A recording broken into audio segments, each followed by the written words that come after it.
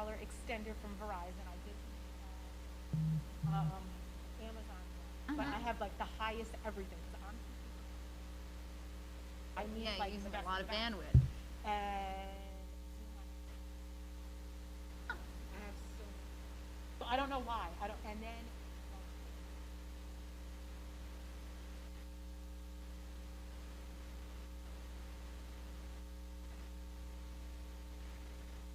yeah, so the school one, so it has to be like a whole Google. What I mean, because like Yes. it's not compatible with The Chromebook, the I think, Chromebooks. works better if you download the apps. Like, if you're just trying to run off I gotta ask like the Sue a question. website, it doesn't work well.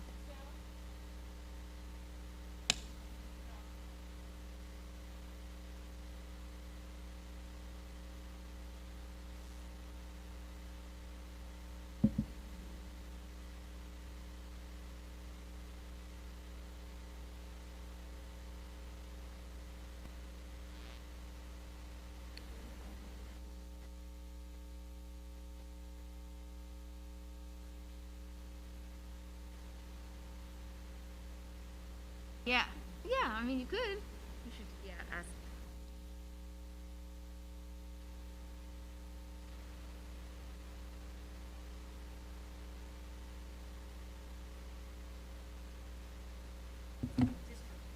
I have to take a look. Oh, Tell you the truth, because it just doesn't make sense to me. Yeah, no, I'm not expecting.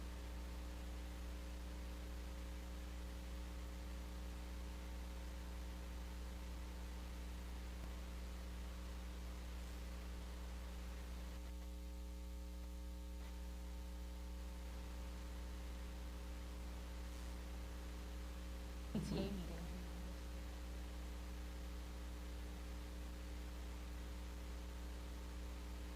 Yeah.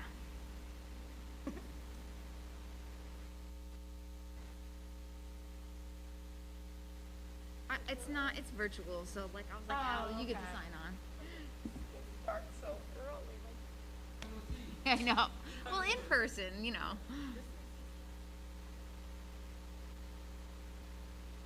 Oh, I know. I know. Because you know what? Now it's like a social norm. It would be so. But yeah, No, I don't know, like, I would change if they if like the society was like not doing that anymore. I'd be like, all right. rule, but I'm like, why? It's like the whole society's rule. So like, literally everyone would have to like come to some kind I of think consensus. people would like it not giving. Yeah, I think that's yeah. I,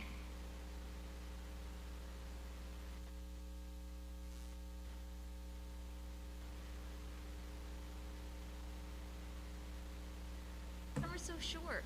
Like everyone always is like, oh, there's local summer, local summer. I'm like, there's not really local summer. Test, test, test, test, You test. have to go to the beach during the summer. It was cool all September. Not warm enough you'd want to go in summer.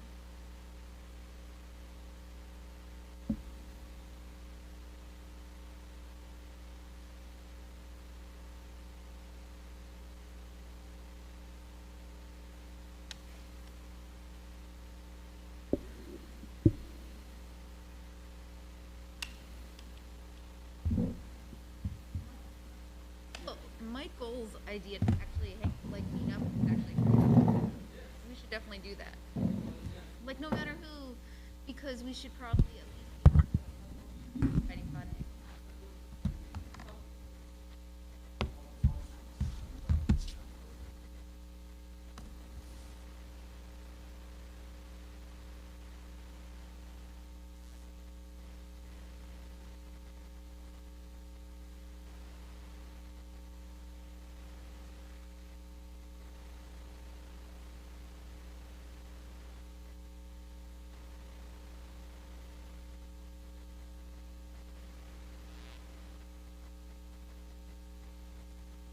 A negative like test or whatever.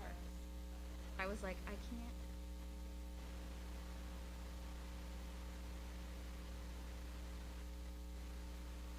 where'd you go from? urgent care, like next doctor's office or whatever. But it was like, it took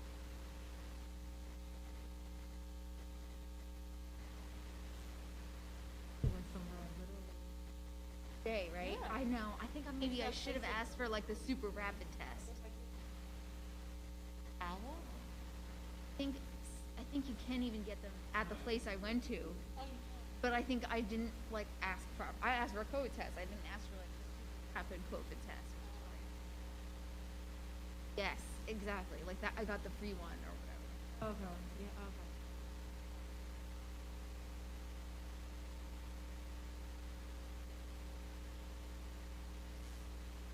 Wasn't that bad? He goes like, I never had gotten it before, right? Didn't know if it was like a DNA test. I don't know what I was You thinking. didn't see, Oh my god, it's awful. It like goes up to your brain and like literally looked like stabs they you. put it- Oh my god. No, I have seen that, but it wasn't like that. Oh, He okay. said the trick is punch your nose, and then I was like, I had my mouth open, and he was like, close your mouth. I was like, I'm sorry, I never did it before. Punch your nose, like close your eyes, squint your eyes, so that it moved it around there. Yeah, like, but I haven't really talked to her that much.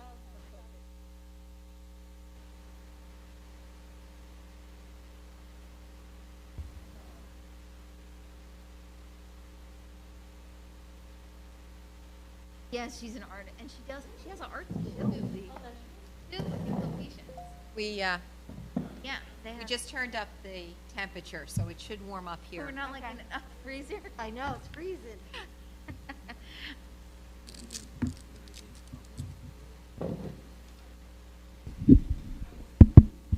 Testing, testing, testing.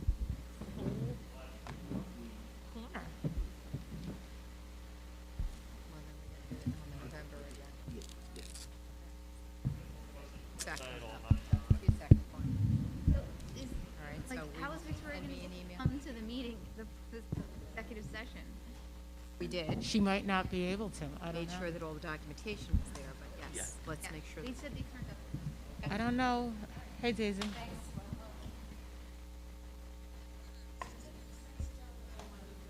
How are you, then? Are you still? Bye, Lindsay. You're still doing this scam? You're still trying to trick us?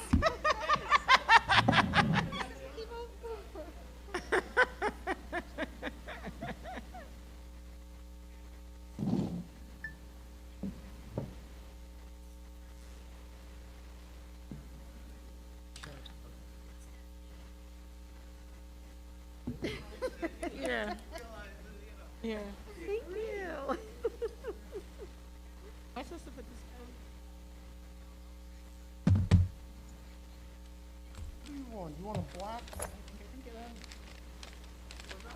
got a little gift. You want a black one? Well, I have the mask, like the disposable Black one? just because I forget, I'm like, oh, sugar. Like, yes, yes, yes, yes, yes. Actually, I completely came out of mask. Like, I had plans to grab that mask, and I had it in my, like pile of stuff that I was bringing. Yeah.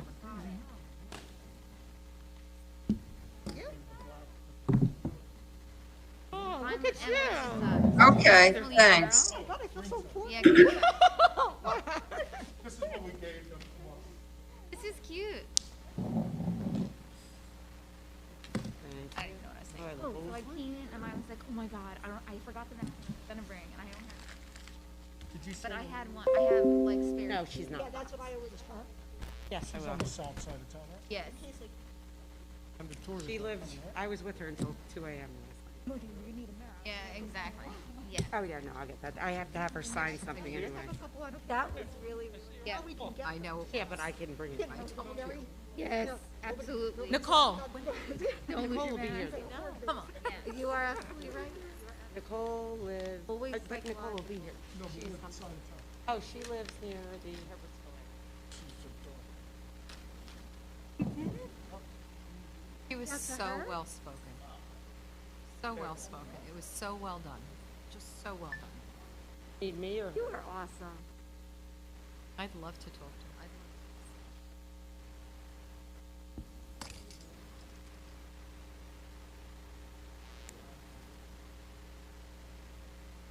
I love all They decline.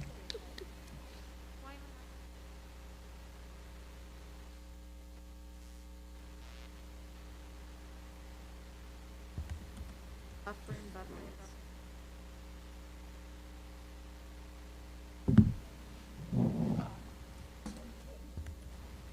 It's fine.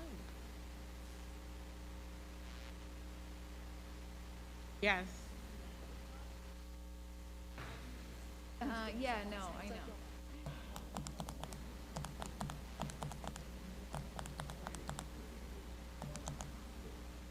But in person. Yeah, I know, there's so many virtual advantages. There are. Are you in? Kristen, are you in? Are you in? I in what? On the website? No. No, I didn't try yet. Okay. Brick Township website, Brick School. I am on the website. Oh, that's cool. Oh my god. It was nightmare. Like the first question, I was like, this is gonna be horrible. But then I like some of the questions. Well, they were, just "You'll shut have the not one the high school down, but I about don't this." go to work. Like, I teach from home. I'm 100% virtual. Because they have, At least I could get in. it's at John Lamella, he's in charge of the remote. You don't, for- I mean, even They combine the both middle schools. you So can I log in. on the computer. I never can. 5 days a week. I'm in the building, I Like, can't. I don't I'm even, with my You cat. know, my things, I teach from home, and my kids are home. yes, They that's don't- it. Like, So- no, you couldn't see it. Yeah. This is It'd you be have no fun. idea. I don't know. Last Like, Yeah. Continue to. yeah, no. Yeah, that's what Anne Marie says. She doesn't want to give it up. Oh, well. Can't keep this. Yeah, they just shut the one school down. The high school in Jackson. Yeah. Liberty, which is like my school. Yes, you know. 6:45. Isn't that typically Well, what we do? that's my sending. Well, like, that's my high school, Right. like, on my side of town. It's okay. No, because been she's, So, like, the kids are, like, if they have siblings, it's, you know. Argument with someone. yes, now I do.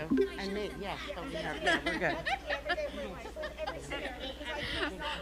Well, I had a meeting before this with my principal at 5. She did a happy hour. I understand, you changed she that said, without talking to me, and I like, didn't see it. That's okay. do a deep meeting in your word. It's all good. I don't care. I just didn't, like, I was going off my memory, and then I just, and then I saw it, yeah, that's fine. Oh my god. I Because then you hear swear on about one Miss of those, Lakewood, who one of the I got that, yeah, that one's fine. Yeah, and then with the president, they Yeah, have fair. to play soccer with them. It's like, you know, so. I swear she only gave me minutes. She didn't give When me is 90 Tom Sugar seconds. going I was down? So I guess 30 we're seconds. not I far barely enough started apart. talking. I know they Test, test, test. Maybe right. So I guess while we're talking, we're actually not far enough apart. I'm like, I have so much to say about this. There was like, I swear that was When I 30 minutes. talk, I take mine to my Oh, car. yeah, it's awful. Take it off. I do. Yeah, because I'm gonna, I may be, because I, look at me, like, Fog up too. I'll stay forward so that I'm not, you know. The week after we. Okay. I know. But I don't know if everyone did. I mean, I did, but it doesn't mean that everyone did. Okay. Are you still not African again? Are they doing like the 2 days in? And, Well, so actually what they said, I'm on the Wi-Fi, but hard to get it I didn't check the brick schools. I usually can't. they tried to. But we don't call to order for executive session or do we? We call to order. I just We call can't. to order, and then we do roll call, and then we go to public, and then Edwards reads this, Yeah. and I need a motion and a, you know, I hardly motion ever and a need this second. to go to brick For, and then Mary that's reads fine, the I just follow executive it up session online. stuff, and then we leave, and then I need a motion and a section to return. Oh, nice. Yeah. I don't see him yet, but, You're just not the right size for me. yeah. I know, you told me. And I was like, man, need more stretch.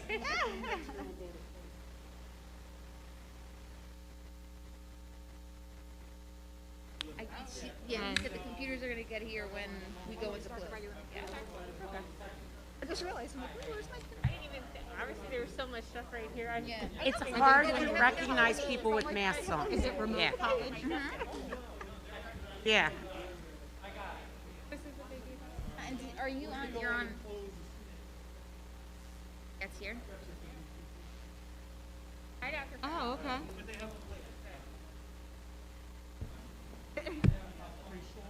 Text him. Okay. Yeah, okay, yeah. Oh, thank you. I'm like, what the heck? You know when you're sitting here and you're going, Most of the something's college kids aren't missing? being, they're being reckless.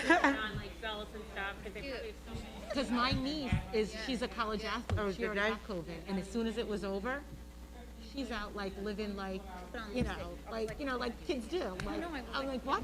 As soon as her quarantine was over, because she did follow that, because the girl that she got from got kicked out of school because she was supposed to be quarantining and she wasn't. So she was afraid of that, but I was like, oh, are you gonna tell people? Like, she's like, no, it's nobody's business. And then like as soon as her day, it was 10 days, not 14 that she had to do. Once it was That's over, why I'm gonna. she's out like living, La Vida Loca. Thank you. I was like, thank you.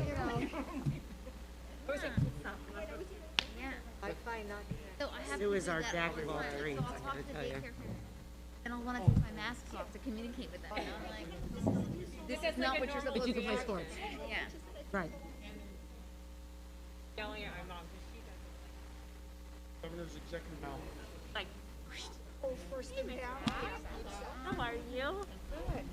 Oh, so we. I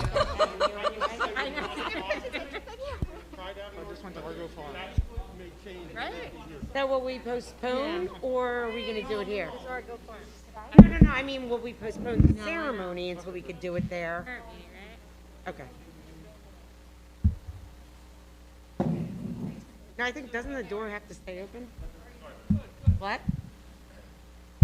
Yes, thank you.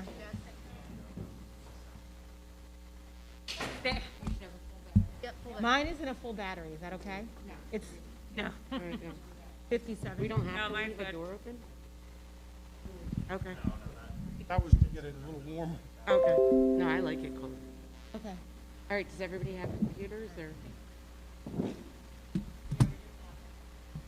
Okay, I'm gonna call the meeting to order. Mary, roll call. Thank you. Ms. Hafner? Here. Ms. Clayton? Here. Ms. Gagliardi? Here. Ms. Bacala?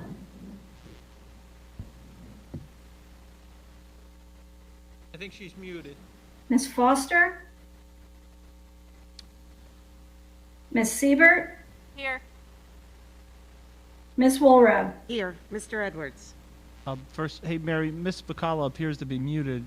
Miss Bacala, can you hear us? I see She you. won't be going into executive session with us. She may have stepped Can anyone away. hear me? So we'll get her. We can when hear we you, come Mayor. back. Yeah. The New Jersey Open Public Meeting Law was enacted to ensure the right of the public to have advance notice of and to attend the meetings of public bodies at which any business affecting their interest is discussed or acted upon. In accordance with the provisions of this act, the Brick Township Board of Education has caused notice of this meeting to be posted on the Administration Office Bulletin Board, the official district website, and Channel B TV 20, and sent to the Asbury Park Press, the Brick Times, the Star Ledger, and Municipal Clerk's Office. I need a motion and a second to go into executive session. Motion. Second. Motion by Nicole, seconded by Melita. Mr. Edwards. Oh, Mary, vote please. Sorry, Oh, I I got it. lost my visual of Mary. I got to do the read first. Okay. Ready? Yep. Whereas the Brick Township Board of Education has been formed pursuant to the applicable New Jersey statutes, and whereas the board is charged with the responsibility of performing all acts and doing all things consistent with the law and the rules of the State Board of Education, necessary for the lawful and proper conduct, equipment, and maintenance of the public schools and public school property of the Brick Township School District. Whereas Section 7 of the Open Publics Meeting Act permits the exclusion of the public from a meeting of the board in certain circumstances, and whereas the board has determined that circumstances exist for such an executive session, and whereas the board has found the action described below to be necessary and proper, now therefore be it resolved by the board on October 22nd, 2020, that the public shall be excluded from the discussion of an action on the executive session herein set forth. The session will be approximately 15 minutes, and the general nature of the subject matter to be discussed is harassment, intimidation, and bullying reports. It is anticipated at this time that the above stated subject matter will be made public if and when it is deemed to be in the public interest to do so, and the need for confidentiality is no longer required by the board. Now, Mary, I apologize, I jumped ahead.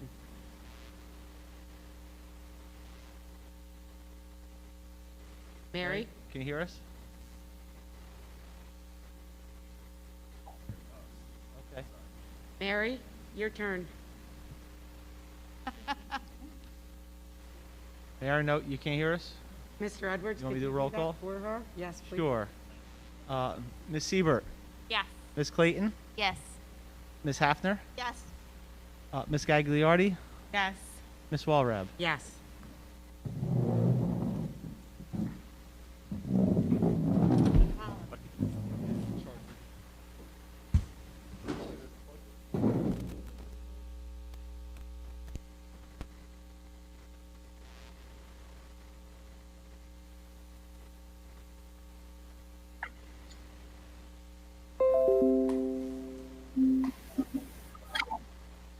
We have 15 minutes to fix this problem. Would have been a bad one. Come on, Mary. Houston, we have a problem. Come on, Mary.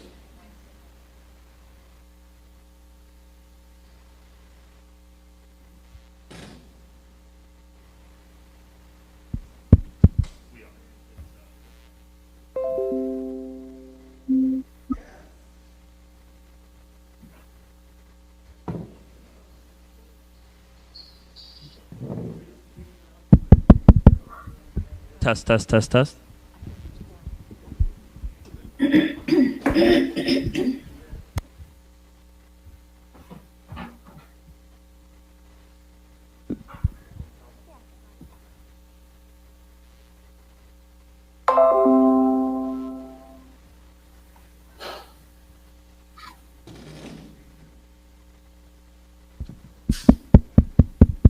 Mary, can you hear us? I can hear you right now at this second. All right, thank you, Mary. Okay.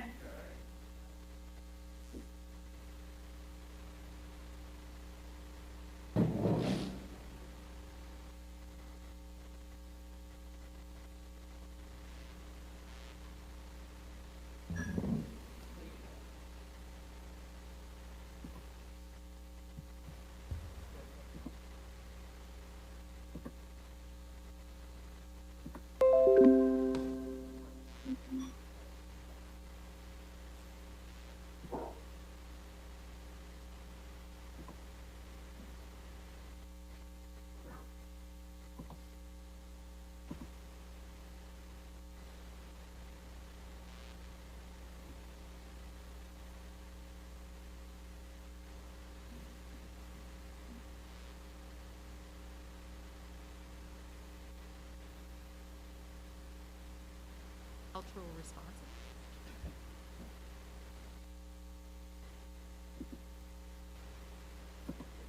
Cultural responsive. Hello, can you guys hear me? Yes, Mary, thank you. Okay, very good. Wasn't a curriculum, it was a presentation.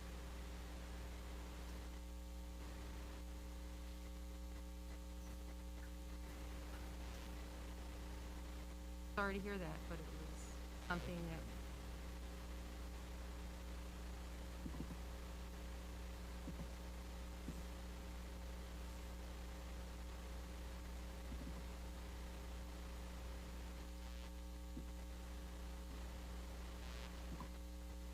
more than welcome to do so.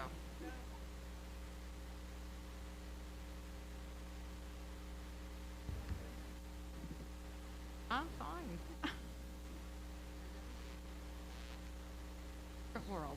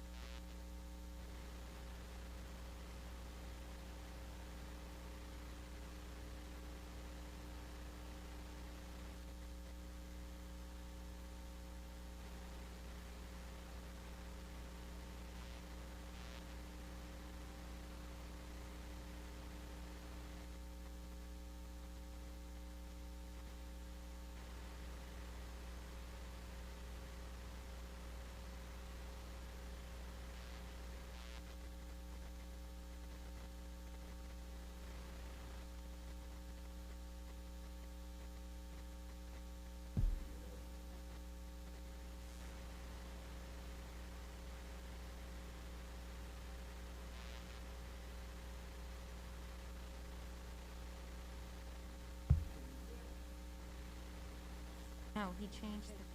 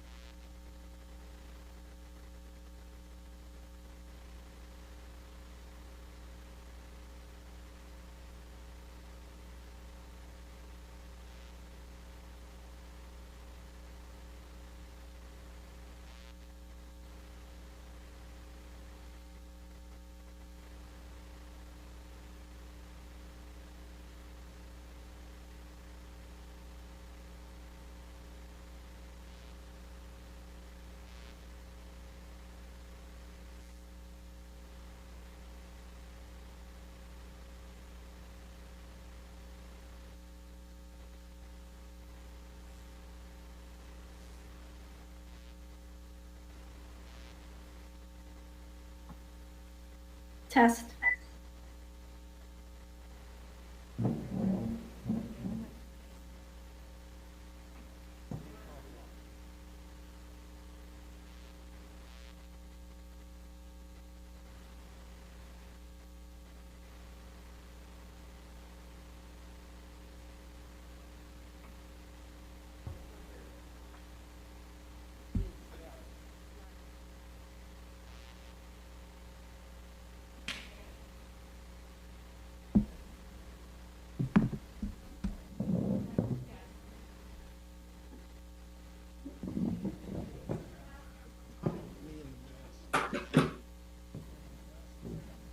You're gonna look like Andy Reid.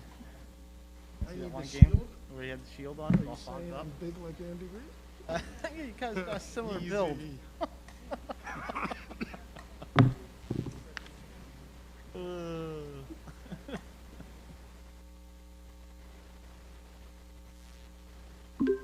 How are you supposed to eat the breast meat?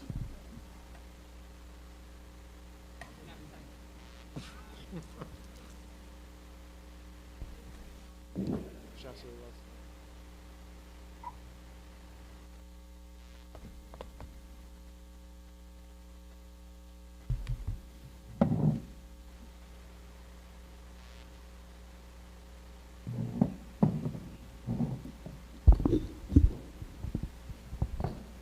They found my nameplate.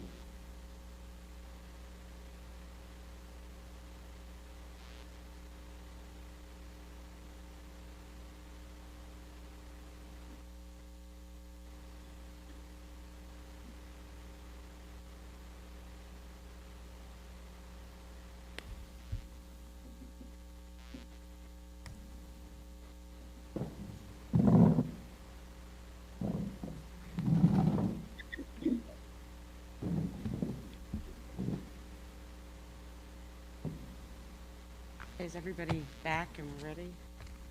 I need a motion and a second to return. Motion? Motion, Jessica, seconded by Daisy. Daisy? Yes. Mary? Ms. Hafner, Yes. Ms. Clayton, Yes. Ms. Gagliardi, Yes. Ms. Pacala, Yes. Ms. Foster, Ms. Siebert, Yes. Ms. Walrab. Yes.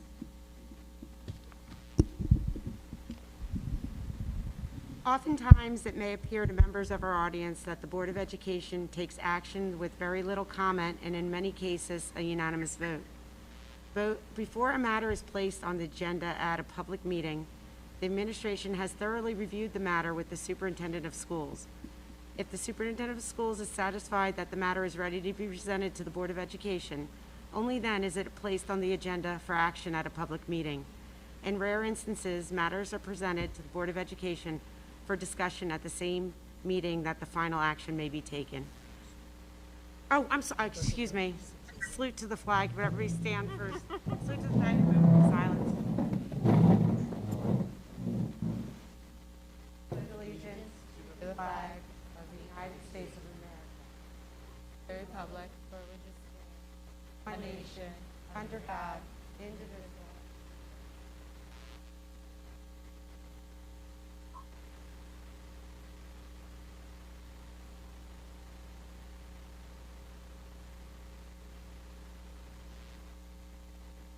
Thank you.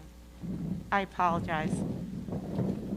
Having read that, I'm not going to reread it. We'll go right on with the presentations. Our first presentation, I will ask Mrs. Hanson to introduce our presenters for the structured learning environment that we heard about a week ago, our SLE program. Mrs. Hanson? Sure. This evening we have a recorded presentation from Darla Novick and Tiffany Aguayo. They are structured learning experience coordinators for the district.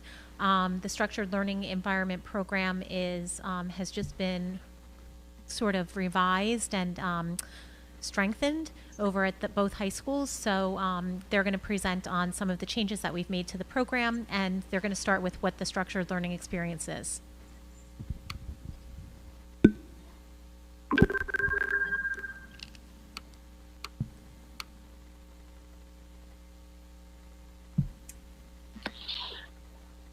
In awareness of October being National Disability Employment Awareness Month, we'd like to share with you our morning announcements.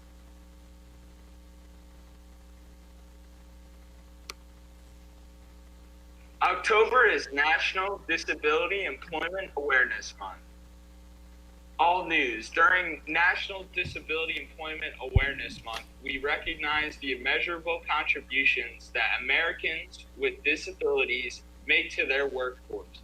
Their achievements not only strengthen our economy and communities, but also exemplify the power of every American to help shape the future of our country. This month, we recommit to advancing an American workforce where everyone can fully pursue their God-given potential.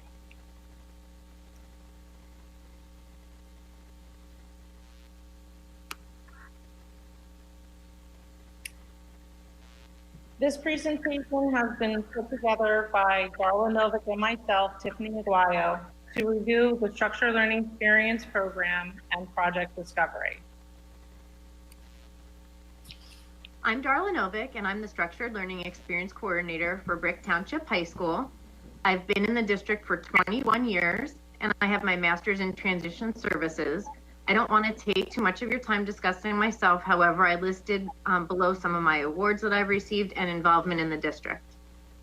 My name is Tiffany Aguayo. This is my 17th year in the district. I also have a master's degree in counseling, and as well have a couple of the awards that I've received listed as well for your review. Wanted to go and just leave you with one of our quotes before we get fully into our presentation that says, "The highest reward for a person's work is not what they get for it, but what they become by it," by Jay Ruskin. And we are informed and happy to say that our programs are changing lives, families, communities, businesses, and most importantly, minds. So the SLE program's been in existence for 10 years, and throughout the years, we've been fortunate enough to be highlighted in various media outlets. This is one of our favorites.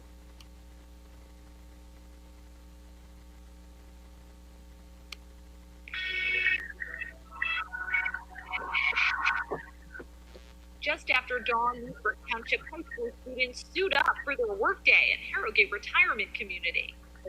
These are reliable employees. They know their job. They come in every day. They're grateful for it. Zachary Corjuan and Giovanni Mancini are interns here. They're part of the Brick Township School District's Structured Learning Experience, a program for students with special needs. It was designed so that we could get the students out into the community, get them real life experiences, job experience. What began with about 20 students has grown to 75, and now nearly 50 local businesses have joined.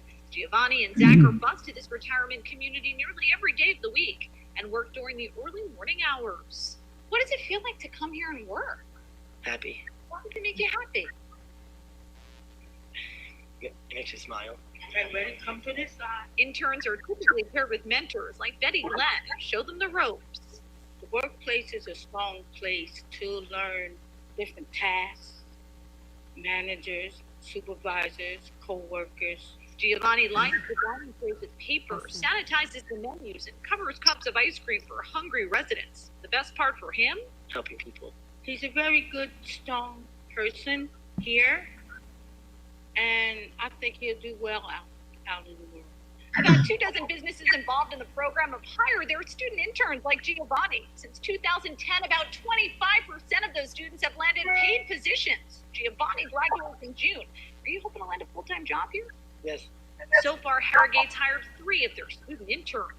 They know what their tasks are. They perform them in a timely manner. They get them done correctly, and that's very, very important. And that's not always possible with mainstream youth of America, but it seems though they adapt very well. A lot of these kids aren't going to college, so these are jobs that they land and they stick with, and it will be lifelong dedicated employees. Program coordinators work to place students in positions based on their interests. Interns must be at least 16 years old. They earn 5 classroom credits per semester while on the job. It's very, very important because a lot of the kids, it's not even so much the tasks that they're learning, it's the social skills and just all the daily things that you and I take for granted that for them, they need that extra help. What's the best part about coming here? Learning how to work and do the task and work with people. Zach, too, is graduating this year. He's part of the housekeeping team and tells us he really wants to work here full time. Have you told anybody here that you're really interested? Not yet. I think Harrogate Retirement Community might have an idea after today. People need to realize how valuable these students are in the workplace as well, and that's really our goal, is to advocate for their needs. In Lakewood, I'm Lauren Wonko, Big TV News.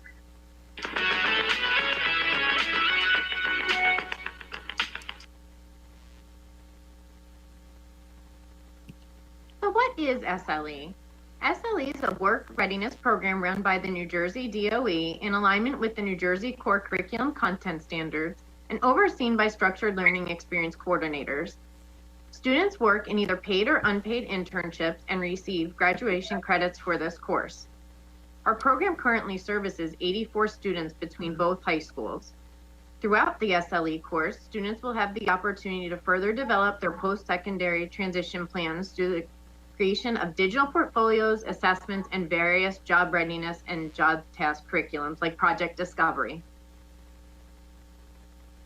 What is Project Discovery? Project Discovery is a comprehensive work readiness curriculum in which students explore, experience, learn, and develop real-life job skills with actual job tasks and job tools while reinforcing core academic subject matter skills. Students who learn by doing will excel and enhance their opportunities in the workforce by the use and application of this curriculum and will be work ready. So why Project Discovery? The SLE program was without a formalized job readiness curriculum for the past 10 years. We had a need for nonverbal students to be assessed through hands-on materials. We also needed to prepare students who were not ready or able to go out into the community immediately.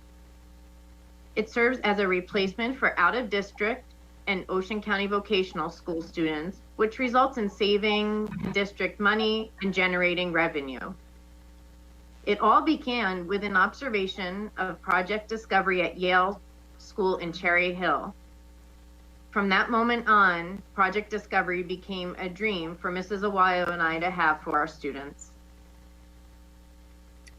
Some of the highlights of Project Discovery are addresses emerging the functioning skills, materials and content range from adapted, beginner, intermediate, all the way up to advanced. There's data tracking so that we have knowledge and performance-based assessments pre and post.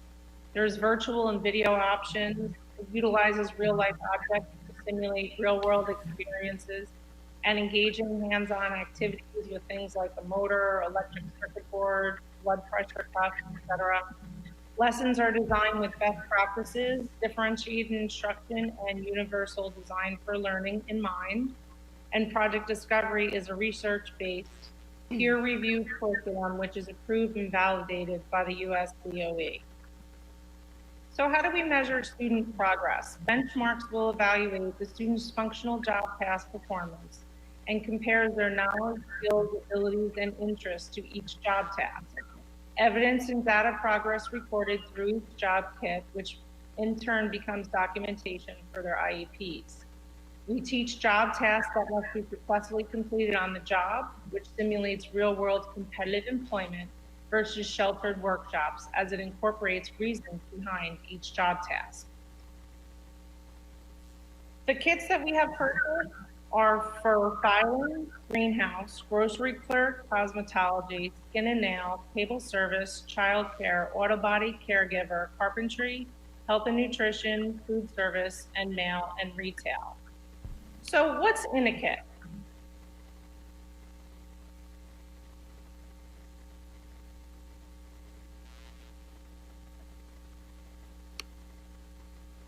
Each of the curriculum titles in the Project Discovery product line includes a very robust complement of materials, including all of the hands-on tools that make the kits so essential for teachers and exciting for learners. Let's look at what's in a kit. Our instructors' notes provide classroom-ready instructions for educators. These include manipulative and acquired skills, key vocabulary, and writing portfolio activities. The activities in the kits are engaging to students as they follow the step-by-step directions for task completion. Students become active learners when they are motivated by the dynamic hands-on activity. Specifically designed special education versions include a first look PowerPoint, which introduces key vocabulary at a low reading level. Audio is included for non-readers. Knowledge and performance-based assessments are provided in each kit. The pre-post tests help document knowledge-based gains. The work performance benchmarks provide a detailed task analysis and can be used as a tool for a performance-based evaluation. This documentation demonstrates to employers the skills students have attained. The adapted versions have their own specially designed pre-post tests and data sheets for progress monitoring. The kits include most of the tools, equipment, and supplies needed to perform kit activities. The materials shown are included in the caregiver kit. The kits are delivered in one or more durable tubs for easy storage and management of materials. Students use real tools of the trade to perform real job tasks. They become active learners and discover their interests, strengths, and preferences as they practice job-related skills. Examples of tools incorporated into our kit include a power drill, blood pressure cuff, stethoscope, and an actual small engine. Customizable certificates of accomplishment are included to recognize each student upon completion of the kit activity.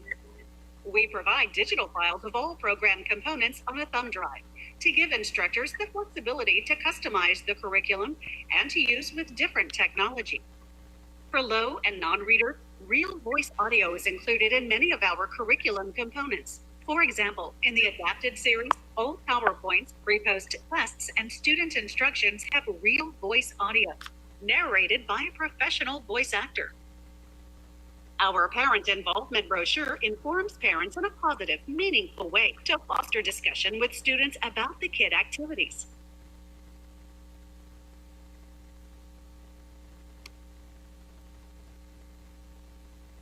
So here's a look at our students actually engaged in Project Discovery. You'll see at the top left, we have a student holding her certificate of completion, along with her parent that's holding up her parent involvement brochure.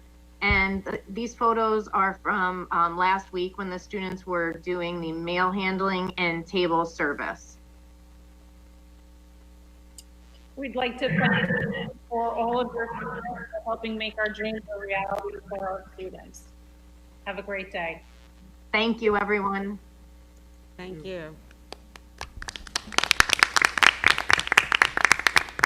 Thank you, Mrs. Hanson. I don't know if this is on the website, can we make sure that presentation will be posted to the website as well? Yes, absolutely. Next, we have a brief presentation on our graduates and pathways. Ms. McNamara? Thank you, Dr. Farrell. Each year, the New Jersey Department of Education requires us to report on graduation results as well as pathways to graduation. For the 2019-2020 school year, we had 314 graduates at Brick Township High School and 365 at Brick Memorial. The percentage of graduates in each school, 94.6 for Brick Township High School, 93.8 at Brick Memorial. This met the target for the state. The state average is 92.5. This particular slide shows the different types of pathways to graduation. Obviously, they can meet the graduation requirements by passing the NJ, SLS, language arts, and math tests. They can use a substitute competency test, which I'll review in a moment. They can go through a portfolio appeal, or there can be alternate requirements as specified in their IEPs. When we talk about students who passed as a result of passing the New Jersey Student Learning Assessment in English Language Arts, 230 of our students at Brick High and 272 of our students at Brick Memorial met the requirement through that path. Substitute competencies in English Language Arts, 63 at Brick High, 52 at Brick Memorial, and 2 at each high school used the portfolio appeal process. There were 7 students at Brick Township High School who utilized alternate requirements via their IEP. For mathematics, we had 194 meet the requirement through the New Jersey Student Learning Standard Assessment in mathematics at Brick Township High School, 232 at Brick Memorial. 93 of our students used a substitute competency test for mathematics at Brick High, 72 of them at Brick Memorial. We had 1 portfolio appeal at Brick Township High School in math and 2 in Brick Memorial in math. And once again, 7 students per their alternate IEP requirement. 0 of our students were denied graduation as a result of not meeting their graduation assessment requirements. Some of the alternate pathways, when we're talking about English Language Arts, they can meet the alternate pathway through SAT, through AccuPlacer, Right Placer, the PSAT, the other form of the PSAT, there's 2 of them out there, and the ASVAB. For math, it's the SAT, the AccuPlacer Elementary Algebra, PSAT 10, and PSAT, the ASVAB. As you can see, we had 115 students total take the alternate ELA graduation pathway, and 165 took the math pathway. Not all of those students were required to use that pathway in order to meet their graduation requirement. Some students choose to do more than one to ensure that they meet their graduation requirement, but often pass it as a result of passing the New Jersey Student. Thank you, Dr. Farrell. Ms. McNamara? Thank you. I need approval of minutes. I need a motion and a second. Motion, Melita. Second, Jessica. Any board discussion? No? Mary? Ms. Hafner? Yes. Ms. Clayton? Yes. Ms. Gagliardi? Yes. Ms. Pacala? Yes. Ms. Foster? Ms. Siebert? Yes. Ms. Walrab? I'm going to abstain, but could I ask a quick question? However, I wasn't here for the meeting, but I did watch it. In COVID times, would you be able to approve minutes based on watching it if you were not in, I'm sorry. I wouldn't recommend. Okay, voting I'm just, on it there that was a question, Yeah. so I am abstaining from both, so just curious, crazy times now. Okay, thank you. Superintendent comments. Thank you, Ms. Walrath.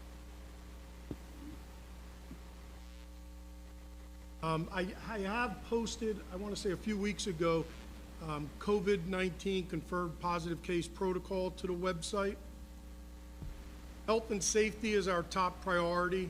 We work very closely with the Ocean County Department of Health to implement a protocol when we receive confirmation of a COVID-19 positive case. In the event that this occurs, staff members and the parents of students who have direct close contact with the individual are notified directly. The communication to directly impacted staff and parents of students includes but is not limited to transitioning to remote learning, the period of time they need to be remote, and the date when they may return to in-person instruction. On a case-by-case basis, the Ocean County Health Department provides guidance regarding notification while being cognizant of confidentiality restrictions. Following any confirmed positive case of an individual within our school building and consistent with our plan, custodial staff, following the CDC protocol, cleans and sanitizes the areas the individual is in for more than 10 minutes, utilizing electrostatic cleaners and approved disinfectants. Please understand that our hope was that close contact with a positive case in one of our schools would not arise. However, our plan was formulated in preparation for this so as to minimize the impact on our school district. Teachers Convention Week, fall break is quickly approaching, and it will hopefully provide all of us with much needed rest, recovery, and professional development for staff. Parents and staff, please be aware that any travel comes with many precautions and restrictions. Please be cognizant of their moral, ethical, and civic responsibility, not to mention a professional expectation of staff in making decisions regarding travel. In today's COVID-19 world, travel to restricted states and countries comes with guidance for quarantining, which can impact a traveler both at their point of destination and upon their return. When arriving or returning home from a restricted state or country, guidance for quarantining is highly recommended. This guidance, upon returning home, has the potential to cause great hardship for the students we teach, staff, and colleagues with whom each of us works. Please take the time to examine the implications of travel to restricted states and countries so that you can make an informed decision that is in the best interest of your health and safety and the health and safety of your children, our students, staff, and community. Phase 2 timeline. Over the past several weeks, I've had inquiries regarding the district's intentions of providing more in-person instructional time for our students. Ultimately, the district's goal is to have more students return to in-person instruction. Having students return to 5 full days a week is the ultimate goal, and we'll continue to work toward that goal. I want to announce our Brick Township Public Schools Restart Plan timeline update tonight. We anticipate Phase 2 commencing Monday, November 16th. Please understand that our timeline is not etched in stone and that it needs to be very fluid and flexible with the ever-changing climate of this COVID-19 world. I can announce that Phase 2A will have our grades K-2 and Phase 2B grades 3 to 5, our K-5 elementary population, offered 4 days per week in person, similar to our Team 4D early dismissal schedule, if they choose. In Phase 2, parents may select to transition their K-5 student to Team 4D early dismissal or to Team 3V. Team 4D students attend Monday through Thursday in person on early dismissal schedule and are virtual on Friday, and Team 3V students are virtual Monday through Friday. Pre-K and special education students, LLD, MD, BD, already are in a 4 days in person per week, our Team 4D model. We anticipate middle school, grades 6 through 8, Phase 2C, be offered a similar schedule of 4 days per week in person starting on around the end of November, and our hope is that high school students, grades 9 through 12, Phase 2D, will also be afforded the same option by the end of November. As we stage back to 4 days in person per week, we'll include the same for in-person delivery of related services as well. We'll continue to monitor and adjust each level of Phase 2 as we stage back in different student populations based upon the data and information, as well as the guidance from the Department of Health and the New Jersey Department of Education. It is important to note that the sequence of our phasing in of returning students is established, but the timeline may vary and change due to a myriad of influences and information. As always, I will continue to communicate with parents, staff, and community via written and/or my video messages. Please know it has always been and will always continue to be my goal to communicate with and inform parents, staff, and community the most updated information on school happenings as appropriately and frequently as necessary. I know some people have been complaining that they get too much info or see me too much. I joked I have a face for radio. Yes, definitely my wife. But I take that as a compliment. Transparency is very important, not only to this administration, but to this Board of Education. But I do want to remind you all again, as I did last month, I know you may be tired of hearing it, but I truly believe it makes us a stronger district and a stronger community, that we have this information readily and actively available. Please also continue to follow the chain of command that I spoke about last month, not only for parents, as we posted on the website, but for staff as well. Reach out to your teachers, parents, and building principals with any questions and/or concerns you may have. If you have questions that they're not sure of the answer, they will ask and get back to you. I said this last month as well, but it's a great reminder. Please stay off social media as a form of information. It's just not a reliable source. Teachers and administrators are here to answer your questions or address your concerns. I want to remind everyone that things are constantly changing, and the administration is navigating these changes as best as we can and in a timely manner, always ensuring to the best of our ability the safety of our students, staff, and community foremost. Staff has been truly amazing. I've had the privilege of visiting each school, speaking with faculty and staff, and expressing our appreciation and gratitude from both the Board of Education, Central Office Administration, and the community for them going above and beyond for our students. I've shared some of the little lanyards. I know they are small, little gifts, very little gifts. I thank our business administrator for helping us get those small lanyards out to staff, but it was appreciated by staff. And the message was simply, thank you, we appreciate it, we're where we are right now because of them, and to keep doing what they're doing. October is National Principals Month, so please thank a principal. Leadership and learning are indispensable to each other, as John F. Kennedy said, and I truly believe this. Brick Township Public Schools is proud to celebrate our amazing school leaders for their hard work, especially during these challenging times, so thank you, principals. Our principals have truly been a guiding light, and they've worked so hard to navigate these uncharted waters. So all of us, please, if you see a principal, please say thank you to our wonderful principals here in our district and assistant principals who go to extraordinary lengths to ensure students, families, and staff members are valued and supported every day. Thank you, Dr. Farrell. Thank you. We'll start with committee reports. Ms. Hanson, Special Education.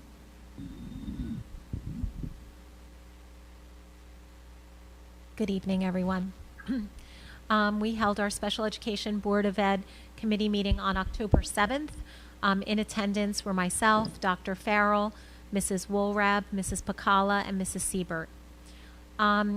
We started out our board committee meeting with a presentation by Darla and Tiffany, which is what led to tonight's presentation to the public about our SLE program. Our special education department invested in curricular materials for the Structured Learning Experience program at Brick Township High School and Brick Memorial High School. These materials are hands-on and were purchased to improve the experience for students in the program by providing them with real-life, authentic work experiences. During COVID, students have been unable to leave the school grounds, so these materials were critical to make sure that their experience continued uninterrupted. Progress, we discussed progress on the Warren H. Wolf Playground and the Herbertsville playgrounds. They were due, at the time, they were due to be completed that week, but they are now completed. We couldn't be happier. The playgrounds will be used for socialization, gross and fine motor development by the therapists, as well as for physical activity. The students at Herbertsville needed a developmentally appropriate playground, and the students at Warren H. Wolf needed an updated playground at their buildings. The playgrounds were paid for largely through the preschool expansion grant funds. Some items on the board agenda that we discussed during our committee meeting were some transfers of special education staff due to student needs. And we also discussed in detail our special education parent academy.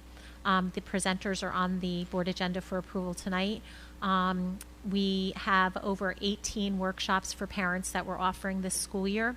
This year is our best year yet, with offerings in the areas of behavior, social, emotional growth, curriculum, academics, special education interventions and processes. There's an autism series as well as a preschool series. So we're very pleased with that, and that brochure can be found on the district website. All of the presentations are virtual. We've had 2 presentations so far. The first one we had almost 90 participants, and last night we had another one for preschool and we had 35 participants, so we're having a really good participation for parents. So thank you very much. Thank you. We'll move right on to Human Resources. Mr. Hanson. Thank you, Ms. Walrab. The HR committee met on October 20th at 3 o'clock, virtually via Google Meet. In attendance was Ms. Hafner, Chair, Ms. Gagliardi, Ms. Bacala, Dr. Farrell, and myself. First item on the agenda was to review this agenda. We had 42 action items, including the pretty standard ones of retirements and resignations. We spent a majority of the time going over approve employment and ratify employment and explaining why we had some ratify employments this month due to the move in the board meeting. We also went over the ratify change in start date for certified staff number 8 and ratify change in start date civil service. Just again, while we do that, audit purposes, we need to have an exact start date. Number 10, we spent a little time on that with Ms. Davenport for non-tenure track position. That doesn't come up all the time for us. What that really means is if we have somebody on LOA, not FMLA, not NJFLA, they don't get benefits or pay from us, they're totally off the books for us, then we can look for somebody to fill in a LOA position, in this case at step 1, and is a non-tenure track position. Went through leaves, absences, spent a little bit of time on the FFCRA leaves again, then spent some time on number 20, 21, and 22, because we only see that once a year, course reimbursements, ratify BTA advanced degree, and ratify teacher rate CEUs. They're all per the contract. Again, we only see it once a year, so we spent some time discussing that again. Then at the end, we went over 38 and 39, so they understood why the coach's stipend was changed and why the other one was increased. And then spent a little bit of time on number 42 and how we had this position vacant for a while and that we needed a supervising mechanic. Second thing that we discussed was the certified openings from last month. We had an Emma Havens 4th grade opening that was filled last month. We ratified the date this month. The 2nd grade opening, a 1-1 retirement, is being posted actually today. Osborneville 3rd grade 11-1 retirement is going to be filled on this agenda. Lake Riv 11-1 retirement is expected to be filled on the 11-12 agenda, hopefully. And the Vets Middle School POR 1-1 retirement was filled last month, but we ratified the date this month. And the next thing we did was the current openings from the retirements from last month to this month. As I just discussed, Emma Havens 2nd and Lake Riv 6th grade. We also have a district multi-sensory reading teacher, which we're hoping to post in the next few days. Midstream's BSI teacher is retiring 1-1. We posted that today. Brick High School athletic trainer, 4-1 retirement. We posted that today. And then Lanes Mill 5th grade retirement. We posted that today. The next meeting is going to be on 11/10, November 10th, Tuesday at 3 p.m. Thank you. Thank you. Curriculum and instruction, Dr. Anderson. Thank you, Mrs. Walrab. The C&I committee met on October 12th at 3:30 p.m. In attendance were Ms. Gagliardi and Ms. Clayton, Ms. Azzarello, Mrs. Goodfellow, Mr. Ursenko, Ms. Janik, Ms. Hanson, Dr. Farrell, and myself. We first reviewed the CNI agenda items that are up for approval. There's training, under training and travel, there's an Orton Gillingham workshop and Foundations Level 2 workshop. We also have an Adopt a Classroom grant that is on the agenda for a $1,000 grant for diverse books.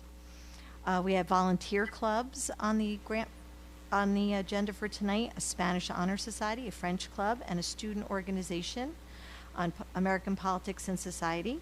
We also approved Brick High School and Brick Memorial.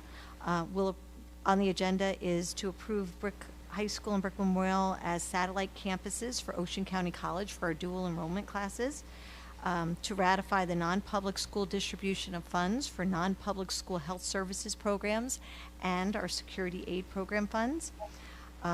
We also have college placement requests on tonight's agenda to ratify clinical practicum in Osborneville and approve a clinical practicum for a school counselor and administrative internship.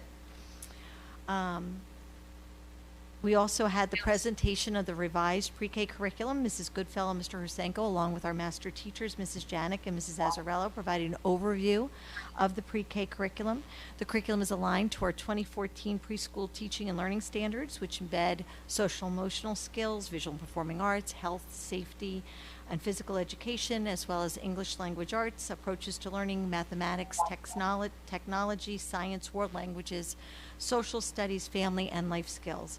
The curriculum has been adapted for our Tools of the Mind program, which utilizes make-believe play to teach self-regulation, foundational pre-reading and pre-writing skills, language, vocabulary, math, and science. The program is organized around several themes: family, grocery, restaurant, medical, pet vet, beach, and boardwalk. And teachers can track student progress, and there are many options for differentiation within the curriculum. We also looked at the pre-K report card. Ms. Janik provided an overview of the new trimester pre-K report card.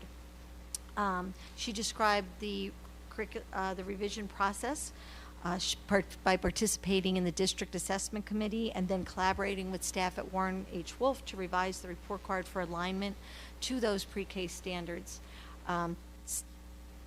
There was a process involving creating an assessment rubric to assess each of the categories using the indicators that are aligned to the elementary K-2 report card.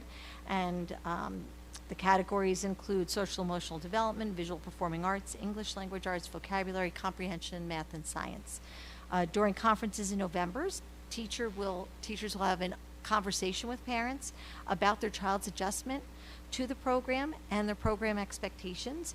So they will receive a blank report card, and that will enable parents to share their concerns, and the teacher can explain the assessment categories using that blank report card. The actual completed report will be issued on December 18th, March 19th, and June 18th. And lastly, under policy tonight, there's a revision to our G&T policy to be in compliance and alignment with the Strengthening Gifted and Talented Education Act.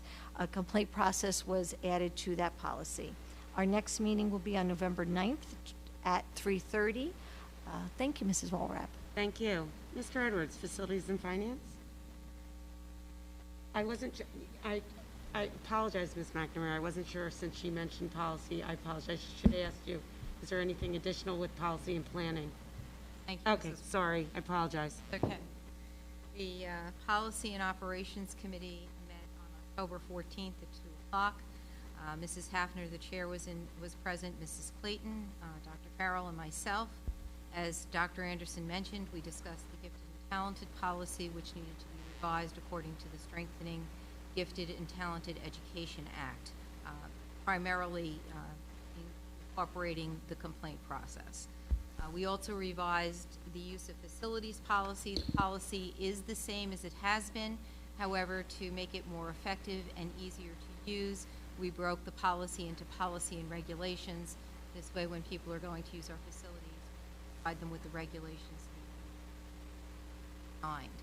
Finally, on the agenda under operations tonight is also the memorandum of law enforcement, which every year needs to be approved and accepted, and we went through standard process of having Chief Riccio, our school resource officers, Dr. Farrell, and myself meet to look over the law enforcement memorandum of agreement. Our next meeting has not been set for policy and operation, Okay. but I will certainly post one and report out at the next meeting. Thank you. Great, thank you, Ms. McNamara. Now, Mr. Edwards, Facilities and Finance, whatever order do you prefer? Always saving the best for last, right? Yeah, well, On October 6th, the Facilities Committee met. Present were Ms. Walrad, Ms. Bacala, Ms. Foster, Dr. Farrell, Ms. McNamara, myself, Mr. Siegel from Spiesel Architects, and Mr. Pecora. First item of discussion was from the 1920 capital budget, the Brick Township High School Veterans Memorial Elementary School Auditorium HVAC project that we have previously reported is in litigation. I reported to the committee that there is nothing new to report on that. We moved on to the 2021 capital project budget. Mr. Pecora reported out on the Brick Township High School roof areas 5, 6, and 28. He informed the committee that roof 5, the barrel roof, still has metal work remaining on the front facing arch and the wall panel, and that there's a wall panel proposal that's still pending. He also indicated that roof 28 has metal work remaining on the front facing rampart and wall panel, and that there's a proposal for the adjacent auxiliary gym wall that is still pending. He then informed the committee that at Herbertsville Elementary School, the EDPM roof area and areas D, E, F, and G are 100% complete. He indicated that there are minor punch list items related to the internal drain piping that still need to be corrected. Next, I discussed with the committee that we received the draft energy savings plan from DCO. It's being reviewed. There were still a few concerns on some of the things contained within the plan. There was a meeting scheduled to address those issues, and I will report back to the committee at the next meeting in regards to the overall draft plan. We are getting closer to identifying the projects that are not going to be supported by the energy savings plan that will be supported by the capital project budget that we included in the 2021 budget. Mr. Pecora informed the committee that the M1 and comprehensive maintenance plan were ready, and he sent them to me for review, which I have reviewed, and they are on this evening's agenda for board approval. The M1 reflects a 0% increase, and that's in response to S2. As we move forward with S2 in the 2021 budget year, we're scheduled to lose $5.2 million in state aid. Mr. Pecora also indicated that the flat budget could present significant problems to his department if COVID still is prominent in the 2021 school year. I'm sorry, the 21-22 school year. Change of use at Herbertsville Elementary School. I informed the committee that the required change of use forms have been submitted and reviewed by facilities, and they are ready, and they're on this evening's agenda. We then talked about capital project planning for 21-22. The next parking lot reconfiguration that is scheduled to be done is the Lanes Mill parking lot. So we're going to be looking to obtain RFPs from civil engineers to assist us with that project. We then also discussed the Veterans Memorial Elementary School roof over the 2004 edition, and we're going to ask Netta and Spiesel Architects to help build proposals for the roof replacement in that area. And we scheduled the next meeting for October 29th, next week. Next was Finance Committee. The Finance Committee was Ms. Foster, Ms. Walrad, Ms. Bacala, Ms. Bacala, Dr. Farrell, and myself. First was the school funding litigation update. I informed the committee that there has been no new information since the last meeting in regards to either the state aid appeal or the Oprah litigation. Next, we discussed the cost recovery fees, which are on this evening's agenda for approval. There is no recommended cost increase for the 2021 school year. They're going to remain the same as they were the prior year. And also established the next meeting date is October 29th. Thank you. This will be the first opportunity for public comment and will be for agenda items only. The board invites thoughts and reactions on agenda items. Each participant is asked to give his or her name prior to making a statement. All statements shall be directed to the presiding officer. The board will not, during the public portion of this meeting, discuss matters involving employment, appointment, termination of employment, negotiations, terms and conditions of employment, evaluation of the performance of, promotion, or disciplining of any specific or prospective or current employee and/or student. Are there any? Yes, come on up.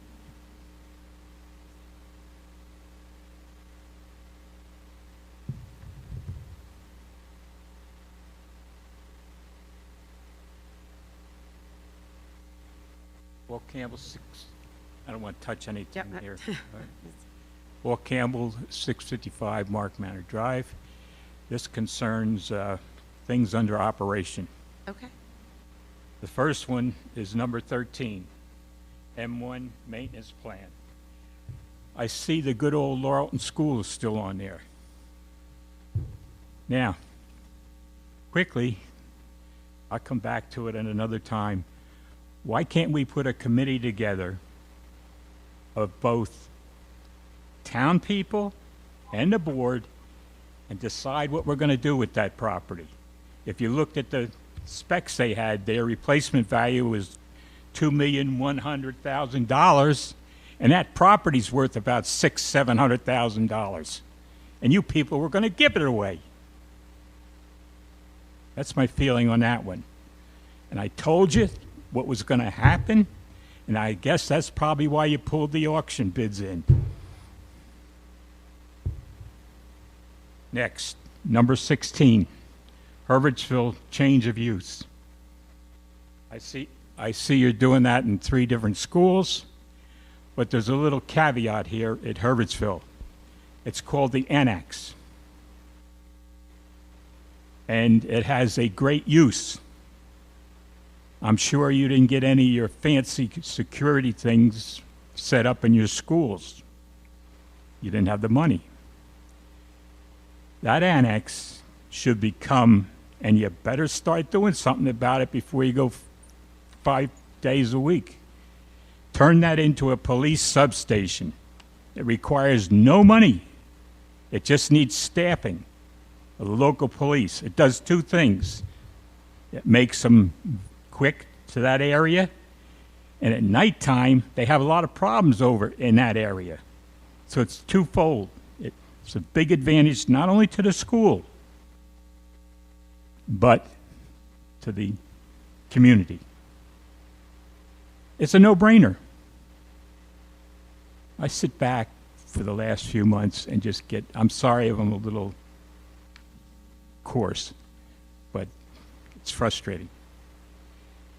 Now, in addition, what do you do now as far as security in the schools, as far as personnel? In other words, do you have a male and female security officer in each one of the high schools and the middle schools?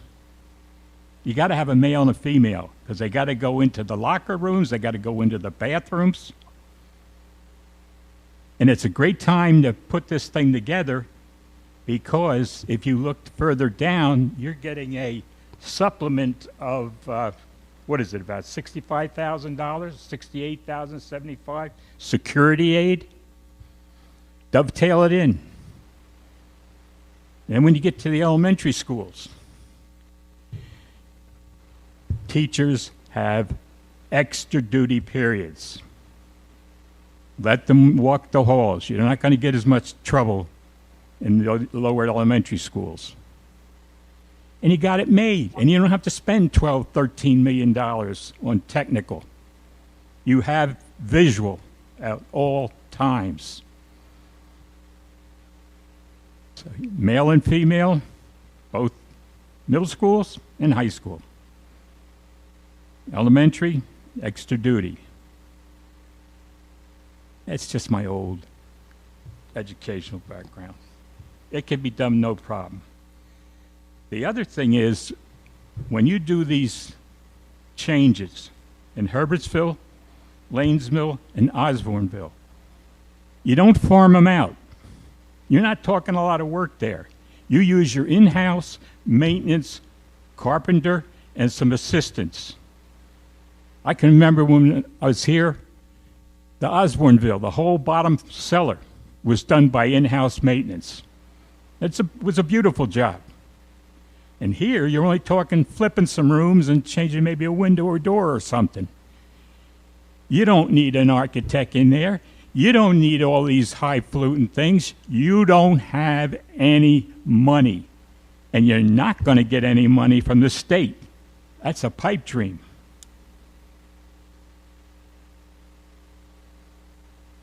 Okay, next. I'm just going to give Yeah. you a heads up. You have a minute left with your comments, and then Yeah, we'll I know. reply. Okay. Oh, I'll finish up later on. That's fine. Just want to make sure I got those. Problem. But I think that covered all of them. In-house renovations, all three of them. It's like I said, no-brainer, and it's not very expensive. Thank you, Mr. Campbell, for your comments. You're welcome. Got Would more. you like to, Dr. Farrell, direct some of the... Sure. I know on items 13 and 16, on the Herbertsville School and the Herbertsville Annex, I think we're utilizing the annex right now. Please. We're using, the annex is being utilized right now for office space? Correct. So that is being utilized right now, the annex. Excuse me, can I tell you something about that annex? We've had people in there that have been supervisors for years, and they never come out of there. Put them out here. You got plenty of room. Hold on one second. I'm just gonna... giving you the answers to their agenda items. Right. I'm gonna ask that we allow Dr. Farrell to answer the questions, and then we can always come back at the end, and anything that you want to comment on his comments, we can do it then, okay? On the Mr. Campbell, I security aid, appreciate your I've time. asked Ms. McNamara just to briefly talk about the security aid money and how we utilize that in the schools. That's one of the items. The security aid that's on the agenda tonight is for the non-publics. It's a pass-through. That's the fund through. So as you know, non-public aid that comes through us gets dispersed to non-public schools. That has nothing to do with us. That is a pass-through to St. Dominic's, correct? That's correct. So that is not our money. Okay? Dr. Farrell, nothing else? Is there any other, yes, you can, you're the only one with your hand up. Come on up, Mr. Farrell. Thanks for the wipe down. Vic Finelli. There's They're right there on the side. I said Oh, thanks he for did. it. He did it He already did. when he left. Campbell did a nice job on the way. Under operations, item 15, the $549,000 grant that you got, that you have to spend by December 30th. What are you spending that on? Okay. Okay? Under HR, there was an item, Assistant Personnel Director, was that was removed from the agenda? It was? Yes. Okay. I just want to know if we can move somewhere else. Under 22, HR, just for my information, teacher aide CEU raises, what is it? What is a CEU raise? I'm not familiar with that term at all. Okay. Number 30, we just talked about the non-public security guard. There's two items on the agenda that you're voting on. One of them is under C&I number 11, and the other one is this one.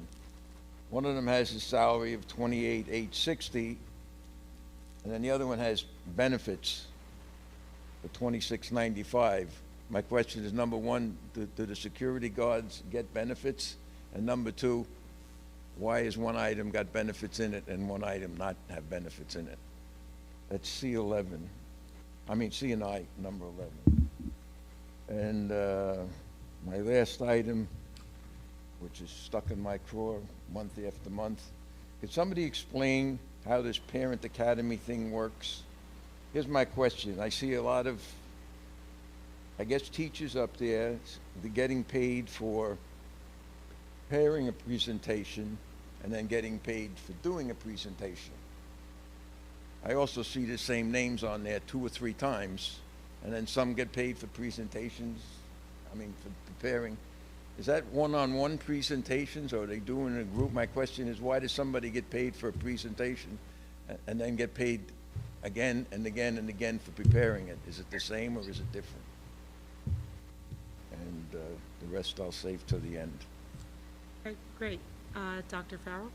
Only 4, yeah, great, right? You have time, so if you have another one, Huh? are you done? Yeah, I only Okay. got 4. All right, so I'll pass to Mr. Edwards, just the COVID money, we received COVID aid as a pass-through, and we itemized that. Do you want to talk briefly to where that money's going? The coronavirus, you can't say it, virus relief funds need to be spent on things that we spent out of our regular budget on the restart of schools because of coronavirus. So as an example, we bought a lot of extra cleaning supplies that weren't anticipated. So it's almost acts as like a reimbursement. We're now able to take that money that we had previously spent and charge it for the grant, which frees up the money for things that we originally had budgeted for. Okay, Now so use it for its original intention. cleaning supplies, Cleaning the supplies, Chromebooks? technology supplies, missing anything? I mean, it's really being items- split. The money's being Cleaning split supplies between and facilities, transportation, technology, and food service. So it's really already spent? Yeah, pretty much, yeah. I mean, we've identified, I think everything up to about 127,000. I think it was recommended to be encumbered. It's, yeah, they want you to show how the money was spent by December. Okay. And the additional 127,000 will be spent on things that, again, we wouldn't have had to buy if it weren't for the coronavirus. Okay. Teacher aides, CEU, I believe they're continuing education units and they're contractual. Mr. Cranston, you want to add anything to that? You were curious. No, you nailed it. That's exactly what it is. They're continuing education units for teacher aid. Like when you go up on a guide for continuing education for a master's or doctorate, Yeah. they get continuing education units, which advances their salary per contract. Yeah, it goes up $150, and I think the max is $450. So For that. Continuing education unit. Yeah. Okay. So, again, this came up again, and I know it came up in our meetings, and I'm used to it in the former district I was. So a lot of state funds gets passed through to non-publics. Right, Number right. 30, so I think you see 30, the security twice. You see a pass-through in funds, and then you see the actual security officer that St. Dominic's will be utilizing to use those funds. Okay. On our agenda, because the funds come through us for any non-public in Brick Township. My question, what keyed my question was, one of those, the security guard is getting benefits, an additional $26.95, the other one not getting benefits. My question is, do security guards get benefits? the 7 employees that we have that work for Brick Schools do not. They get paid $185 per diem. All right, So I would have to look at what you're talking about to. This It might be, St. Dominic. yeah, so. Yeah, I'm- St. so- Dominic's, we don't have any so control our- over that, ours but do ours not. don't get benefits. Ours do not. Okay. Okay? And lastly, Yeah, I'll- Mrs. Hanson, if you could just briefly explain the Parent Academy again, and maybe how, because I know how those presentations work, because there's a lot of prep work that goes in by staff. So, Mr. Finelli, we talked about this last year. Yeah, You'll remember. Yeah, we talked about talk about it every year. But- So, Mr. We Finelli. talked about it briefly. Mhm. I'm looking for So a the little more parent, detail. the Parent Academy is a special education initiative where we are educating parents and collaborating with parents. The staff members create workshops for parents that we present. By contract, if a teacher organizes or prepares a presentation, they get paid $189 to prepare the presentation, and then they get paid $49 an hour to present the presentation. Now, some of those presentations were already created last year, so they're doing the same presentation over again. So they don't need to prepare it, so they're not getting paid to prepare it if they've already prepared it. But they are getting paid to present it. Okay. So the presentations are anywhere from 1 to 2 hours. Last night, the presentation was about 45 minutes, so the teachers who presented it will get paid for 45 minutes. I put out to the teachers and our child study team members and our related services providers, our BCBAs, all of our professionals, if there is something that they would like to present, they prepare something to present to myself and my supervisors, and then we go through them and we decide what parents need education in, what parents are asking for knowledge in, and then that's how we prepare the Parent Academy brochure. But these presentations are to a group? They're to a large group, yes. Okay. When I, Okay. just a clarification, when I see somebody's name on here 3 times with 3 different dates, they're doing 3 different. They're doing 3 different presentations. Okay. That is correct. Thank you, Mr. Finelli. Thank you. Are there any other public comments? I'm sorry, and do we have anyone online? No? So we're okay to move on at all? He just said one listener, but nobody. Oh, one listener, I'm sorry. No one? Okay, great. Thank you. We got each other, right, Mr. Finelli? All right. Okay, so we will move on. Dr. Anderson, curriculum and instruction. Thank you, Mrs. Walrab. The superintendent recommends that the board approve the following items 1 through 11. I need a motion and a second. Motion, Daisy. Second, Melita. Any board discussion or questions? Yes. I don't have a question. I just wanted to say that I love seeing new clubs pop up for our students. I love a good club and after-school activity, and that some of these were volunteers taking these on. So I do appreciate that, and anybody who is in charge of any clubs. They do get a stipend, but I think I've said this many, many times. The stipend could never cover the amount of time, effort, and passion they put into that. So anybody who takes on a club or a sport. Yes. I just wanted to say that there's another one of these grants for the diverse books on here, and I really hope that we get it. And it's not just for, it does say adopt a classroom, but these books are going to go to all of Brick Township High School literature classrooms, as I understand. Or is it Memorial Township, I think. And I really hope we get the grant, and good luck. Thank you. Any other board comment or discussion? No? Mary? Ms. Hafner? Yes. Ms. Clayton? Yes. Ms. Gagliardi? Yes. Ms. Pacala? Yes. Ms. Siebert? Yes. Ms. Walrab? Yes. Mr. Cranston, Human Resources. Hey. Oh, I'm sorry. You know what? I'm sorry. I'm turning pages and I'm like. She was saving the best All for right, last. I have to go. You know what? If my glasses aren't fogging up, I'm going through pages. I'm trying to see, like, I'm sorry. Put them right over there.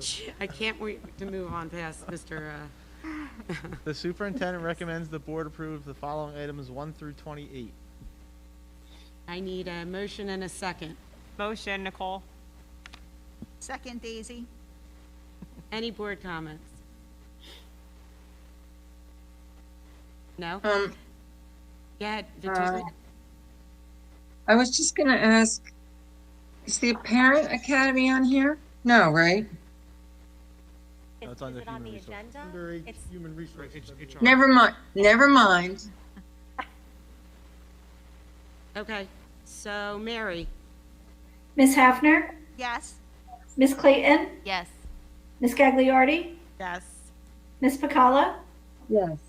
Ms. Siebert? Yes. Ms. Walrab? I am abstaining from number 5 because I didn't get through everything, but yes to everything else. Okay, now, human resources, right? I'm trying Yes, to go down. thank you. Hold on. The superintendent recommends that the board approve the following items 1 through 42. I need a motion and a second. Motion, Daisy. Second, Victoria. Any board comments or discussion?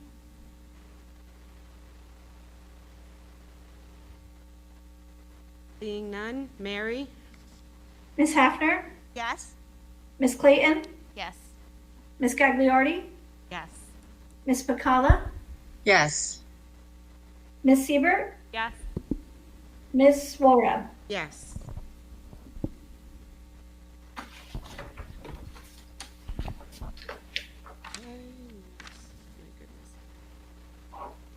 Ms. McNamara, Policy and Planning. Thank you, Mrs. Walrab. The superintendent recommends the board approve the following items under policy and planning 1 through 2. I need a motion and a second. Motion, Melita. Second, Jessica. Any public, excuse me, any board discussion? No? Mary? Ms. Hafner, Yes? Ms. Clayton, Yes. Ms. Gagliardi, Yes. Ms. Bacala, Yes. Ms. Siebert, Yes. Ms. Walrab. Yes. This is the second opportunity for public comment. Each participant is asked to give his or her name prior to making a statement. All statements shall be directed to the presiding officer. Comments shall be limited to 5 minutes, and each speaker may only speak once. The board will not, during the public portion of this meeting, discuss matters involving employment, appointment, termination of employment, negotiations, terms and conditions of employment, evaluation of the performance of, promotion, or disciplining of any specific or prospective or current employee and/or student. Is there anyone that would like to? Yes, Mr. Sluka.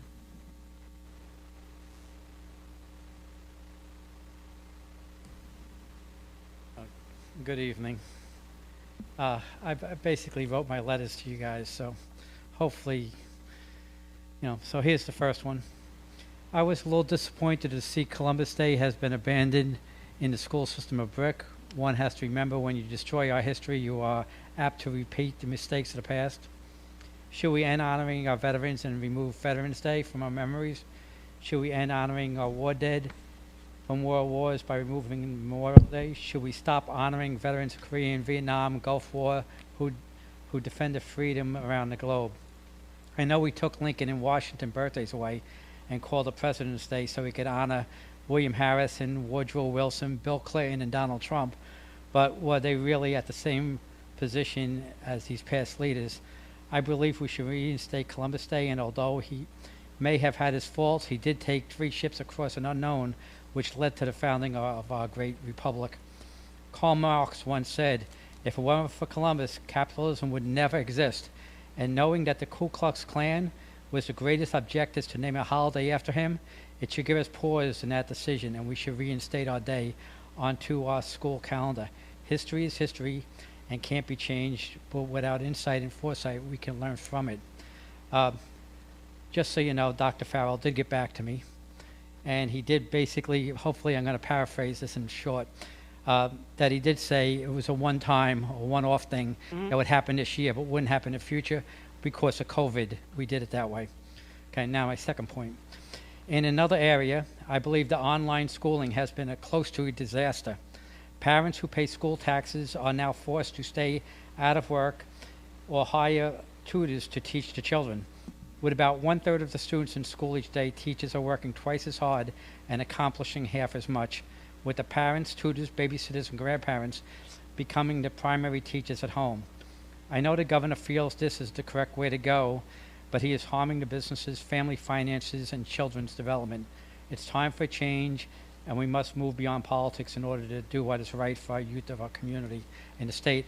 And I think you partially already did that. Again, that's my second letter. We just received the notice that the lower grades can go back to school following the break, but a decision by the parents have to be made quickly. I think it's even this week. Can a younger brother or younger sister come into the school at the same time? Because it's a little unfair to them to say, how come so-and-so is not going and we're not going the same time? Can they wait until that happens, or do they have to make a decision now to go back immediately, basically? And if the other part of it was, if the parents change their minds after about a week and a half, can they make that change, and how fast will that reaction take? Okay. I also wrote, will all the students required to wear masks, even in physical education? What happens since the students have certain lung or throat conditions, including asthma? Dr. Farrell wrote back a couple times to me at different things. He basically said, I think, see the principal, because the principal might be able to make corrective actions. And the nurse. And the nurse, yes. Which you didn't cover, which I don't want to try to paraphrase this thing, about the heating conditions in school, especially as the weather gets, so hopefully you'll be able to address that. Another one is, if 80% of the students actually go back to school, how are we going to have social distancing if there's really such a thing, especially with now today, the CDC changing their minds on what the latest thing is, basically saying that if you're next to somebody with COVID, for 15 minutes in a 24-hour period, you're apt to be on basically what would be considered close contact. I think that's about it. You can answer what you need to answer. Okay, thank you. Thank you. Mr. Sluka. Dr. Farrell, I know Sure. you saw your response. So a couple things. The Columbus Day, just so everybody is aware, this district has traditionally given students off on Columbus Day. I anticipate we will be doing that in the future. It was actually my recommendation when we decided to bring students in. The Monday, Wednesday cohort was already missing Labor Day Monday and I believe the Rosh Hashanah Monday, and we really didn't want to get them behind the 8 ball, so we decided for this crisis we would bring the students in. But once we're out of this crisis, I know that has been the tradition of this district, is to give students off on Columbus Day, actually, and use that for PD, for staff. As far as the parents having time, we've already sent out a selection. It wasn't a survey, it was really a selection form to parents about a week ago, anticipating that K-2 may be on the 9th or the 16th, and elementary and so on and so forth, so we could look at the number of students that want to transition in and logistics for transportation. I have a bunch of your questions printed out, and I'm going to ask Ms. McNamara to follow along with me, because much of the details as far as the plan and the social distancing I did get from Ms. McNamara. I consider her our guru when it comes to the state restart plan. We really do feel, and I need to understand a couple things. It is very important for us, and it's always been part of our plan to segment in the student population, right, by grade level. We really do believe as educators that the population in need most is that K-2 population. I'm talking as a husband of a kindergarten teacher, and I see the online learning. It's a very tough population to facilitate virtual learning. Our pre-K special ed population has been in the 4 days early dismissal. Right? So we always had the plan And you just to transition. added, I don't mean to, and just and you added just the 6 added, through 12 right, a few weeks which ago. is important. We always envisioned transitioning in our elementary first. Does that mean a middle school student, it would be a difference of 2 days, but the priority is going to be over a 2-week period. Elementary students, then again, monitor and look at what's going on. Every Tuesday, I am online with the Ocean County superintendents and the local Department of Health, and I get updates on the uptick and things like that. So I say this, and I say it to my cabinet twice a week. Things are changing, ever changing. You know, what I do say today is we anticipate that on the 16th, and I'm hopeful that it will happen that way, because that's the right thing to do, to get students in person, but I don't know. Things change so fast. But we would not have a middle school with an elementary. You would have all the elementary schools now as part of the plan to bring all grades K through 5 at the same time. So that has changed a little bit, but we wouldn't have a middle school student with that. And we are looking initially at the middle secondary level, 6 through 12. So if there's 2 student family members that are in middle school and high school, they would transition in at the same time. Right now, that is in our plans for that. So the parents forum was in. As far as parents changing, we've said from the get-go, at any time, parents have the option of having their children remote and can transition. Going from in-person to remote can be done pretty quickly. Going from remote to in-person, we ask that you contact the principal, because there could be logistics like transportation and food service and size of cohort in that family pod. So we ask to give us a few days, but we've been transitioning in over the last month because there's been quite a number that have asked to come back in. I want to say it hasn't taken more than 4 days. Maybe. At the very most, a week. So that's been happening as well. The last thing, and part of your questions I have in an email, I did copy Ms. Walrab and my cabinet that helped with these questions. You did ask about the heating conditions of the school. I'm told, again, this is like a flux capacitor to me, it's above my pay grade, but I'm told the unit ventilators in the classrooms are able to be set to bring in the required fresh air and meet the CDC guidelines in that. I was more concerned early on when we came in that it was going to be too hot, right? Because we don't have air in a lot of buildings, and we needed the fresh air with the windows, and we would utilize inclement weather days if it was too hot or excessive heat days, which we were lucky we didn't have to utilize. I don't believe we have an issue with the heating part at all because of the fresh air intake on our heating systems. And we went out and got fans for the AC. So I don't envision that. Lastly, and this is the last part that Ms. Mack could probably add to, the New Jersey Department of Education plan, road back plan, if you read that 104-page document, and nobody knows it better, I don't want to put the pressure on, but Ms. McNamara, you know, I have a lot of Post-its in it, in and out. But remember, it's a recommendation on the social distancing. It's not a requirement, it's a recommendation, and it's a best practice. But when you cannot social distance, you must wear a mask.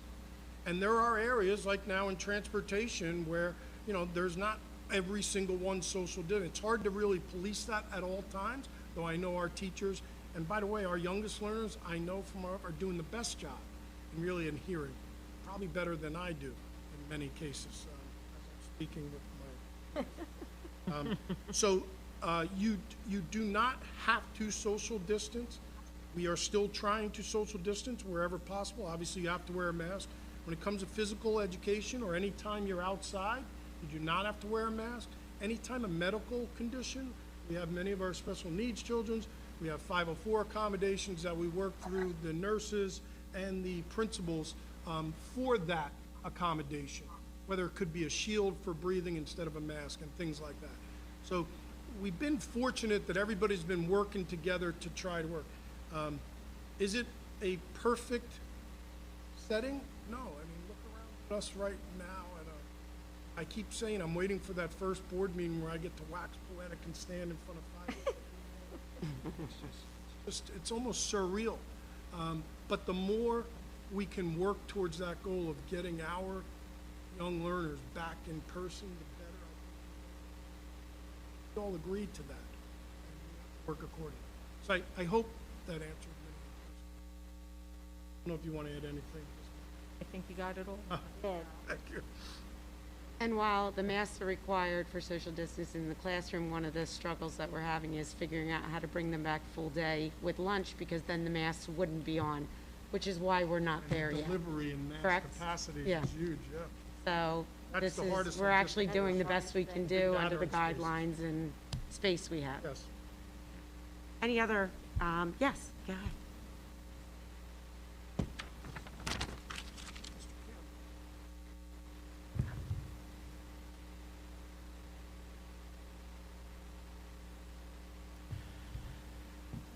Okay.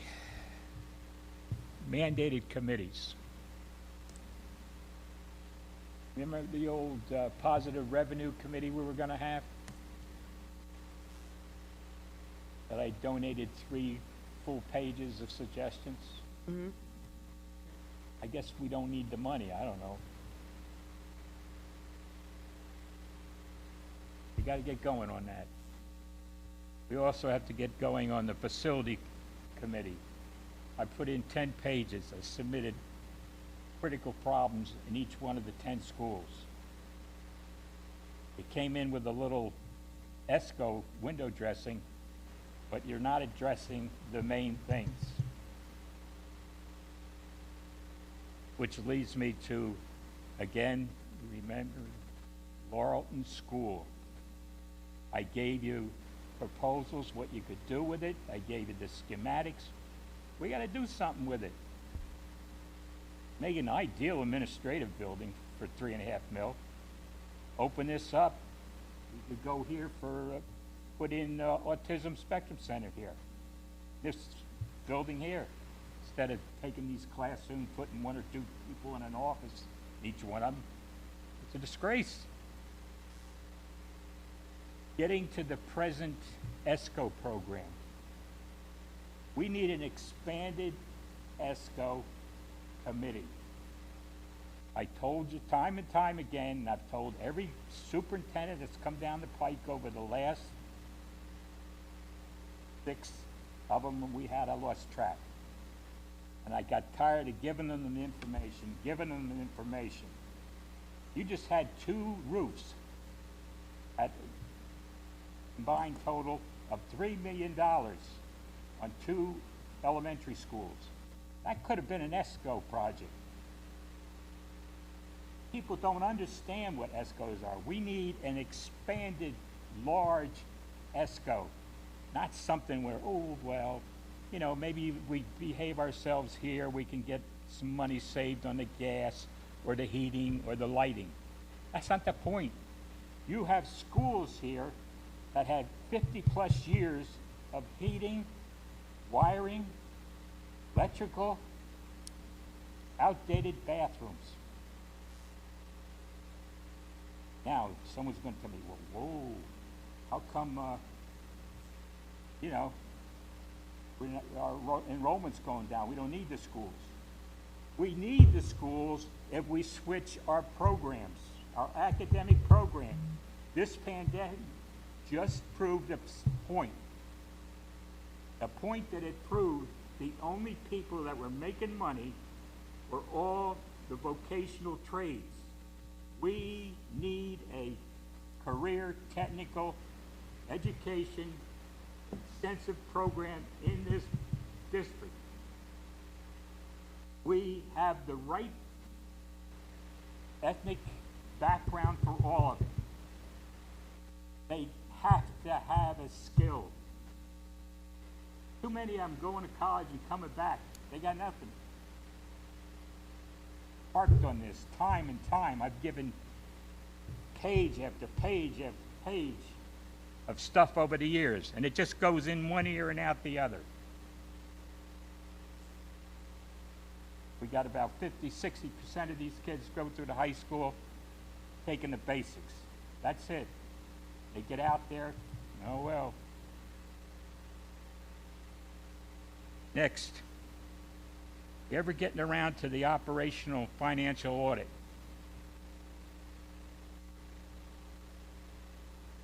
I have a letter I could give to the board, or maybe I'll give it to the taxpayer, why we need it. Some of you won't like it. And I'd like to see the You've reached your 5 minutes. I'm going to ask you to kindly wrap up your last comments. just research 776 Patriot curriculum.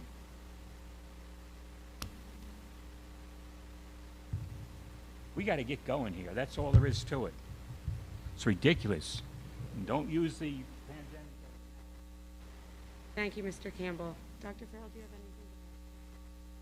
I could just talk about the planning Yeah, board, and then absolutely. And I know you'll, I guess, we'll cover the ESCO and committee. We'll talk to that. I can talk to the strategic planning process, which I know I spoke to Mr. Campbell, Mr. Finelli, Mr. Bender many a year, invited people. We have that process. It has been put on hold because of the meetings. That's it. That's all we've been doing right now. There will be a kickoff. I was hoping the kickoff would have been in October. I'm hoping now, right when we get back after that first break, that kickoff, when we start meeting in those different teams, facilities, finance, curriculum and instruction, that'll look at not only the CTE curriculum, but other areas like embedded college courses. Part of that data gathering before this kickoff of the strategic planning is the financial analysis. Not only a regression analysis, a past budget analysis, but to help us for strategic planning. So that was always part of it. We're just a little behind, to be honest with you. I've taken other districts through strategic planning, Mr. Campbell.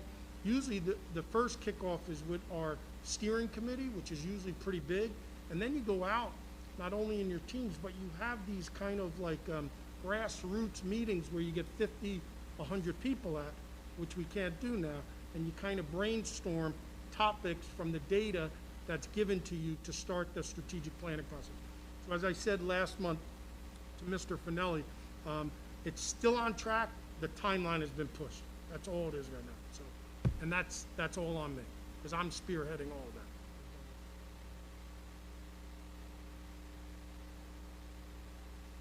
I got a copy of that, actually. I saw it. Want to add anything on the ESCO?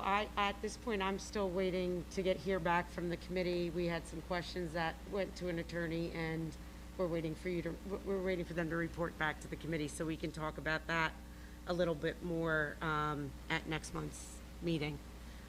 Is there any other? Yes, Mr. Finelli.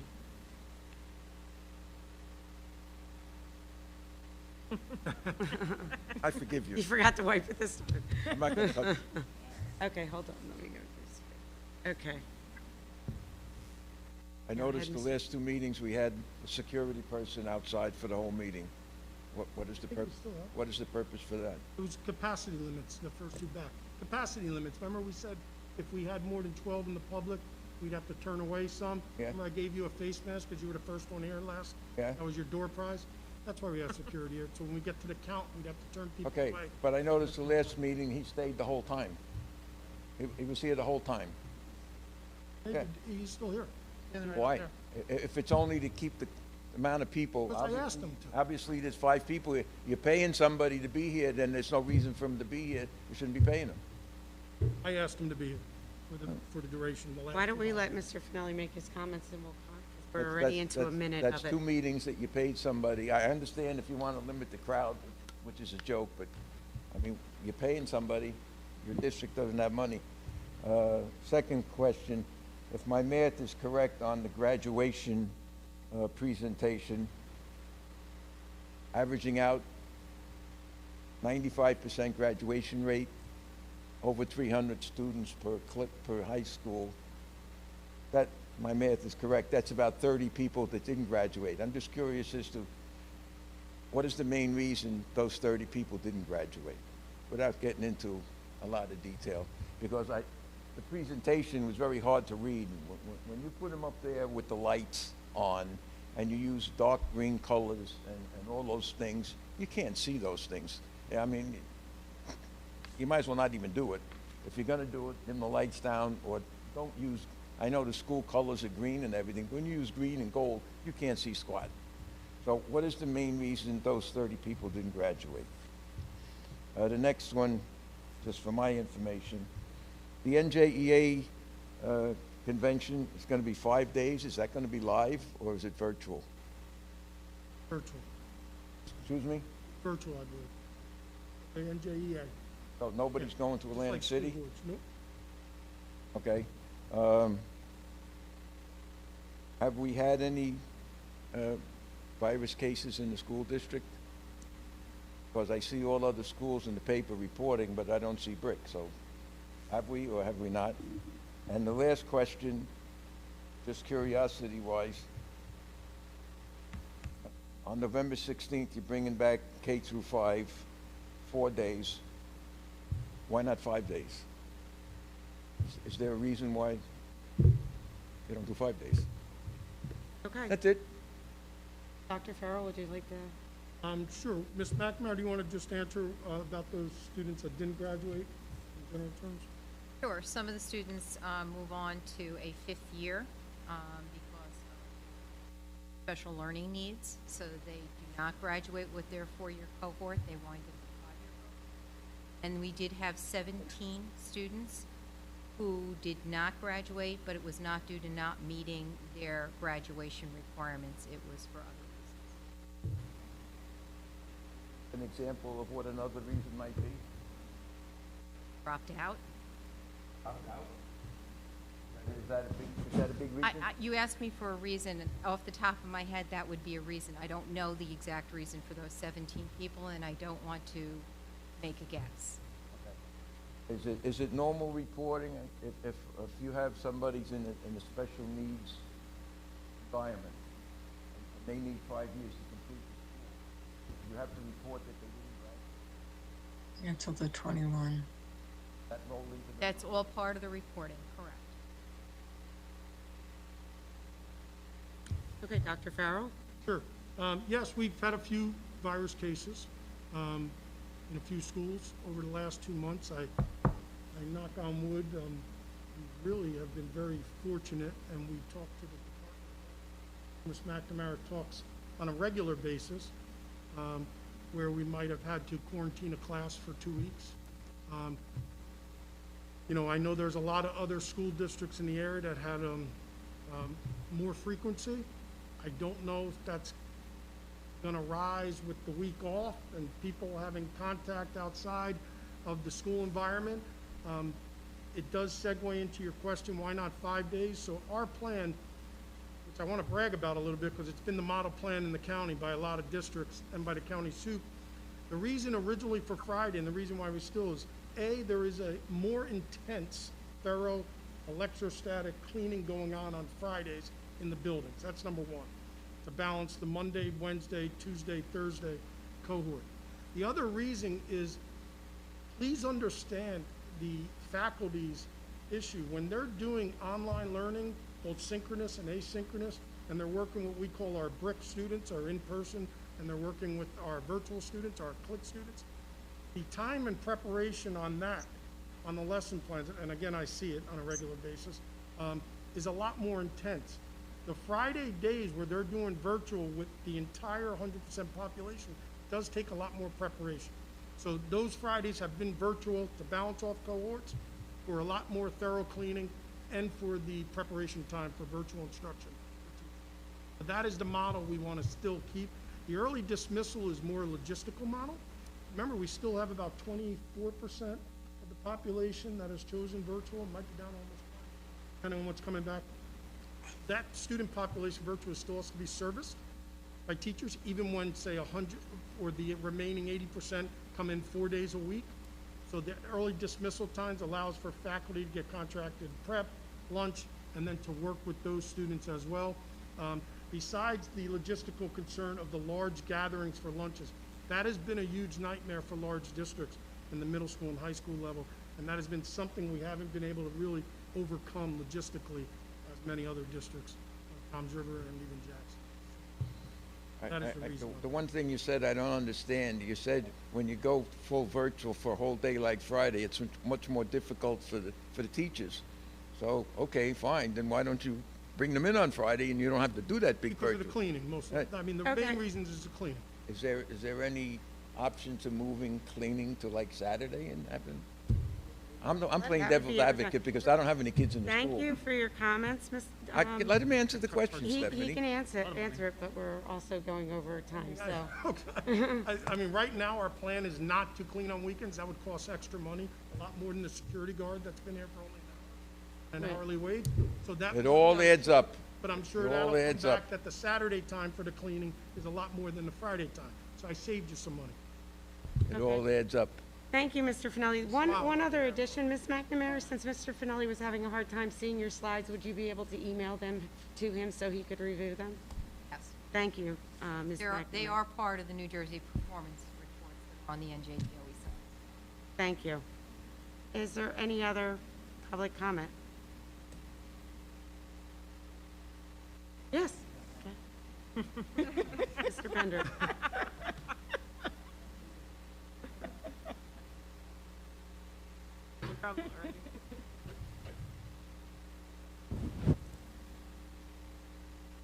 Good evening, Micah Bender. I can leave this on, right? It's cool. All right. First of all, I do want to continue to thank the teachers. I know that they are working tremendously hard and dealing with a lot of things that myself, as a teacher of 14 years, never had to deal with. Thankfully, I don't do that anymore, and they do it. So I'm very thankful for all of our teachers. This week was the school board's conference, and were any of you able to get to many of the things? It was virtual. It was, a lot of good things that were on there, a lot of good ideas, especially a lot of fundraising ideas and stuff that went on. So that was very good.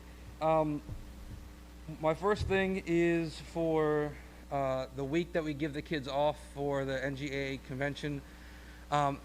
It's new. I believe it's only the last couple of years, 3 years that we've been doing that.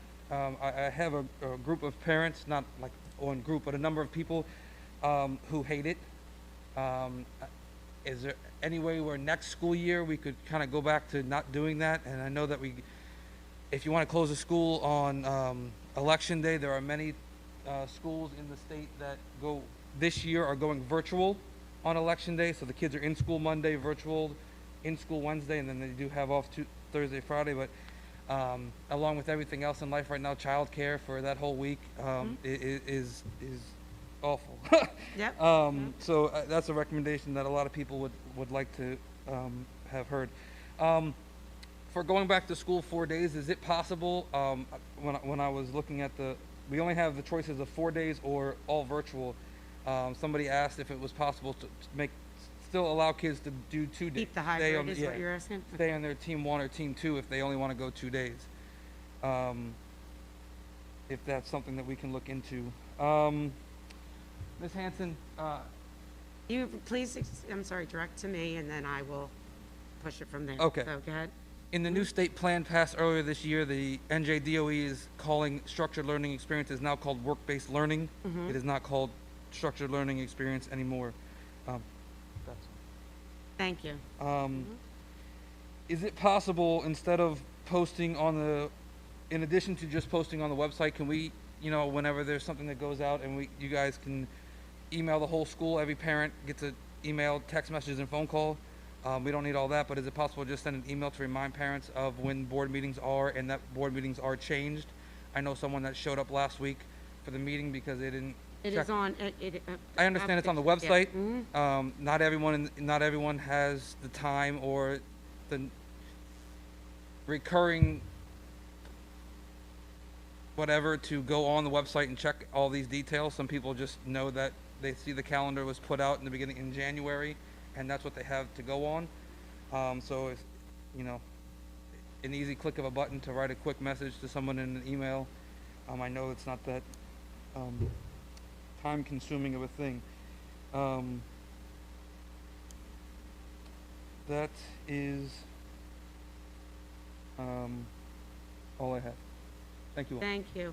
Dr. Farrell, I know you wanted to respond. Most of them. So fall break, so what I was told, I wasn't here, the impetus came from the vocational schools years ago, and that calendar was shared from the county superintendent here, and apparently that's been the norm in Ocean County to take that teachers' convention week. I know where I came from up at Cherokee, it was only Thursday and Friday, and we didn't use our schools as a polling place. This year, the governor, as you know, mandated whether you're a polling place or not, because of the COVID, that you had to close school on election day. It's funny you asked about that, because it is something we discussed today, talking about staff. So I guess to direct answer your question is, yeah, I think it's something we'll be talking as we look at calendar for next year.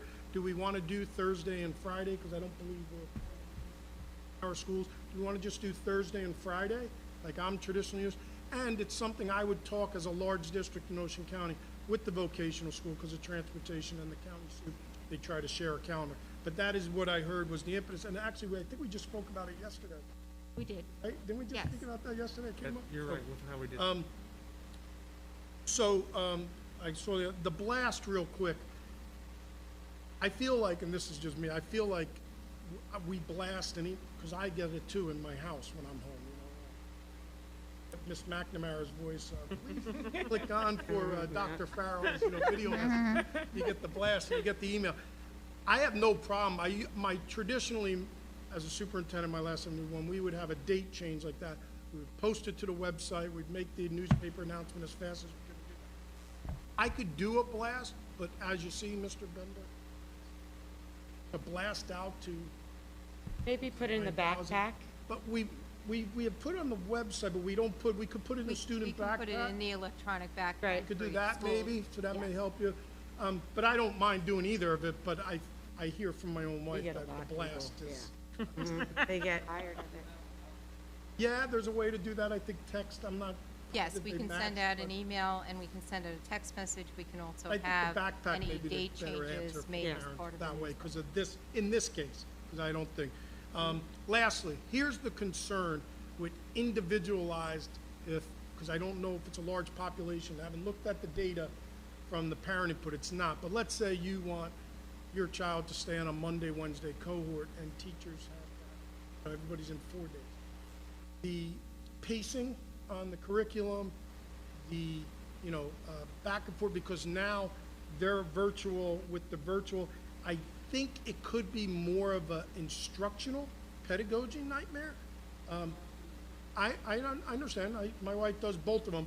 I think it would be that as far as logistical. I'm not sure with transportation on certain days. What I guess I'm saying at is that I don't feel the data is showing a large majority are requesting that, but it's kind of the first time we've thought it through on this as far as someone saying, can I still go on a Monday, Wednesday?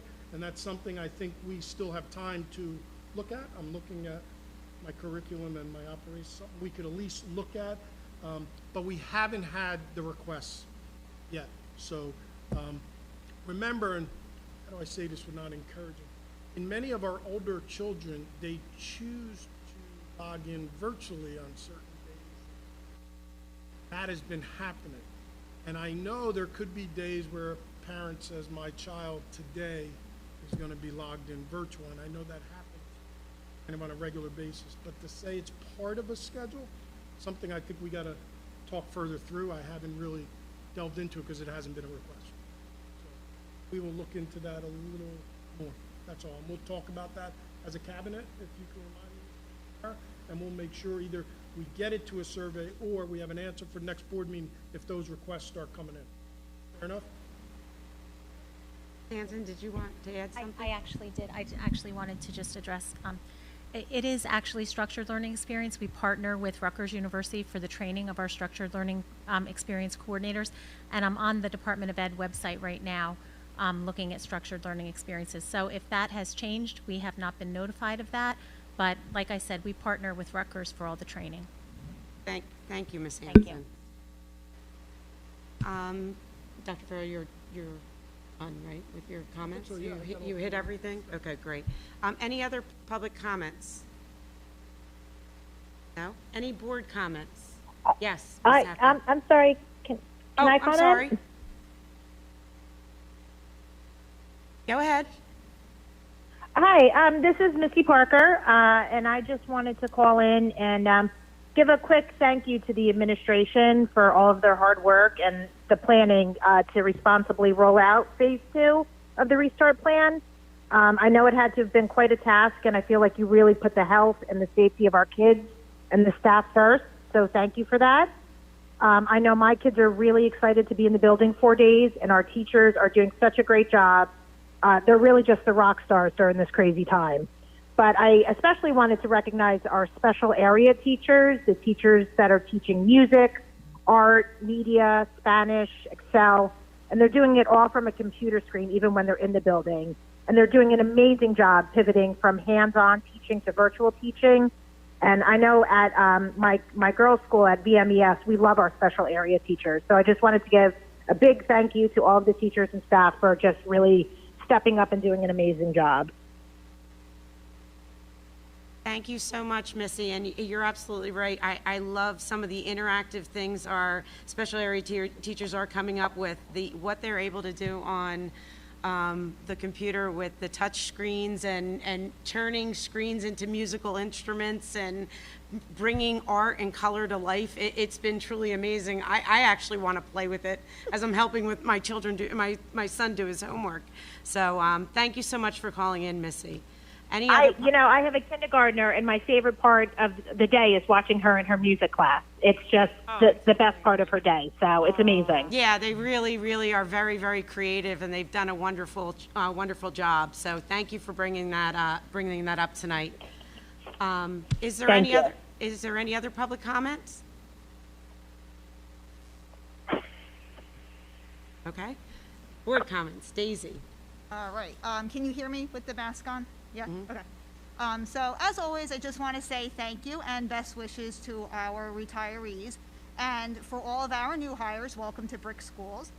I would also like to thank all of our teachers, staff, bus drivers, and administrators for all they have done and continue to do. Somehow, with everything going on in the world, these precious people have kept our children engaged in learning while keeping them safe. This level of multitasking is nothing short of a display of your superpowers. A huge shout out also to our tech department. I can just assume that you haven't been home or slept since August when the plans to restart our school were approved. So I just wanted to say we see all of you and we appreciate all of you. And I just wanted to highlight some of the creative ways our PTOs, PTAs, coaches, clubs, teachers, administrators have thought up to continue having fun events and fundraisers for our students, families, and community. So far this year, I've already watched a virtual gift auction, a spooktacular Halloween drive-by, a pumpkin patch, a pumpkin decorating contest, clothing drives, food drives, wearing yellow for the Week of Respect, and participation in Spirit Weeks, which I find to just be completely innovative during this time when there is just so much else going on. So bringing some normalcy back to our community is phenomenal, so thank you. And I just want to follow it up with just saying, stay safe and healthy, and don't forget to vote. Thank you.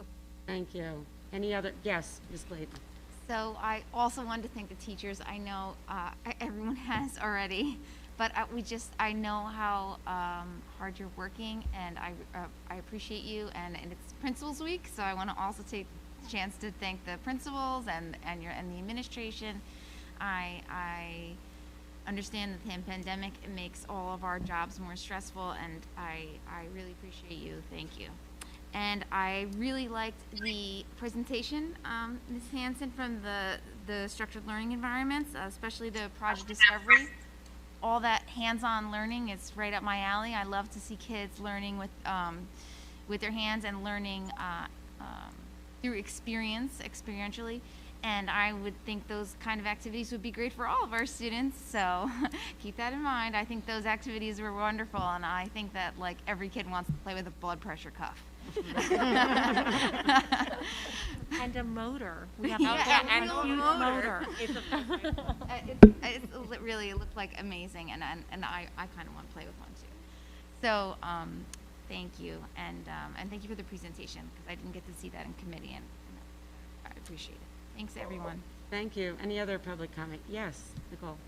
Okay, so it's going to sound repetitive because I'm echoing what everybody else is saying, but Darla and Tiffany, I was able to see in committee their SLE presentation. And being a parent of a special education child, a young one too, I think being familiar with what the district has to offer in the future events so that you know what you're up against and what you're looking for is important. I also love the idea when we talked about it, presenting at the board meeting, whether you could be here, virtual, you watch it later, something along those lines. Like, it's still something I really agree with highlighting our programs at that time, because I think it is important, because you follow your children and what they're doing. You don't know what else is out there. So it's nice to see what else we're able to offer and how great these programs are and how much work goes into them. So I'm excited. The motor thing, I definitely want to see when we're allowed to be in person, because I thought that was cool. Again, thank you, like everybody's saying. We wouldn't be here without any of us, to be honest. We know everybody has their personal obligations on top of all of the pandemics. It's a lot. We appreciate you, you teachers, everybody's going outside. I'm great. I've become a therapist. I am a special education teacher, and I didn't have to go to school for any. So I am enjoying it, but know that we appreciate you and your time. I'm excited about phase 2, and that is coming from also a parent of 2 elementary kids. I agree. I see the kindergarten. They need to be in school, and I fully agree with them being in person. I've watched my son do a 180 going in, and it's so fantastic to watch as they're finally absorbing. And then Friday, I get to see what he actually absorbed. He's participating. I think that is a beneficial thing for them. We need to capture them at that young age. So I've watched it, and I've watched some of the other kids that I know have transitioned in from a virtual to a hybrid environment, and I've watched them on Fridays as I'm trying to redirect my son when he's doing things. But just watching that and them participating and you seeing that, I was like, I really do. I'm excited for phase 2. I'm nervous, of course, everybody's nervous, but I think the district, watching the news, has done such a fantastic job, opening in a hybrid model when so many people opened in a virtual model, and looking where we are, that we're actually moving into a phase 2 when some are backing down so much. So I think we've done great. You guys have done amazing with it. And the mask, seriously, I picked my son up from school, and he wears the mask all the way home. He wears it more than I do, like Dr. Farrell was saying. They're doing great. And the principals, I know there's comments that came up about the kids transitioning in, and I've seen parents commenting and kudos. They're moving quickly. So if there's no other obstacles in the way, I have to agree, it's been less than weeks, and they're getting the kids in. So kudos to the principals and the administration, everybody working that around. I have said last week, and I'm going to keep saying it again, be patient. Be patient with the administration. As they say, the CDC changes guidelines every single day. They have to keep up with that. Be patient with the teachers. the paras, the special teachers that are working through technology glitches. Be patient with yourself. I am the worst at it because I'm not a patient person with myself because I need to be in control of the situation. But be patient. This is challenging and it's hard. But at the end of the day, the most important is be patient with the kids. Like they do not know what they're up against. This is something new. It's not going to be normal for them. So how they're acting is based off of what they're seeing in the environment. So be patient with them. And be nice, be kind to everybody. You don't know what they're dealing with. We're all on that same ship. We just have different paths how we're getting there, and just be nice. Oh, yeah, and go vote, yeah. Got it. Oh, and the mints. Is that because of me last week? Because I had garlic? Is that why we put the mints in here? No, I didn't know who put the mints. It's gotta be a touch by Ms. Tired to smell our own breath. Yeah, right. No, I was going to say, that's all for me, right? Thank And you, we Nic- have extra mints. if Thank you, everybody- Nicole. Nice touch, whoever. That put the was, mints. yeah, that was nice. It was Mary, the voice from above. Thank you, Mary. Melita, did you have something? You're good. Victoria? Yes, I would actually like to say, after listening to how detailed this meeting is from my room instead of being with you, that it reminded me just how privileged I am to be a member of this board and work with you, women and administrators. And I have served on the Curriculum and Instruction Committee for about 4 years now, first under Mrs. Mack and now under Dr. Anderson. And I say that from my perspective, our programs and our curriculum are all research-based. I don't think they've never been stronger or more vigorous than they are today.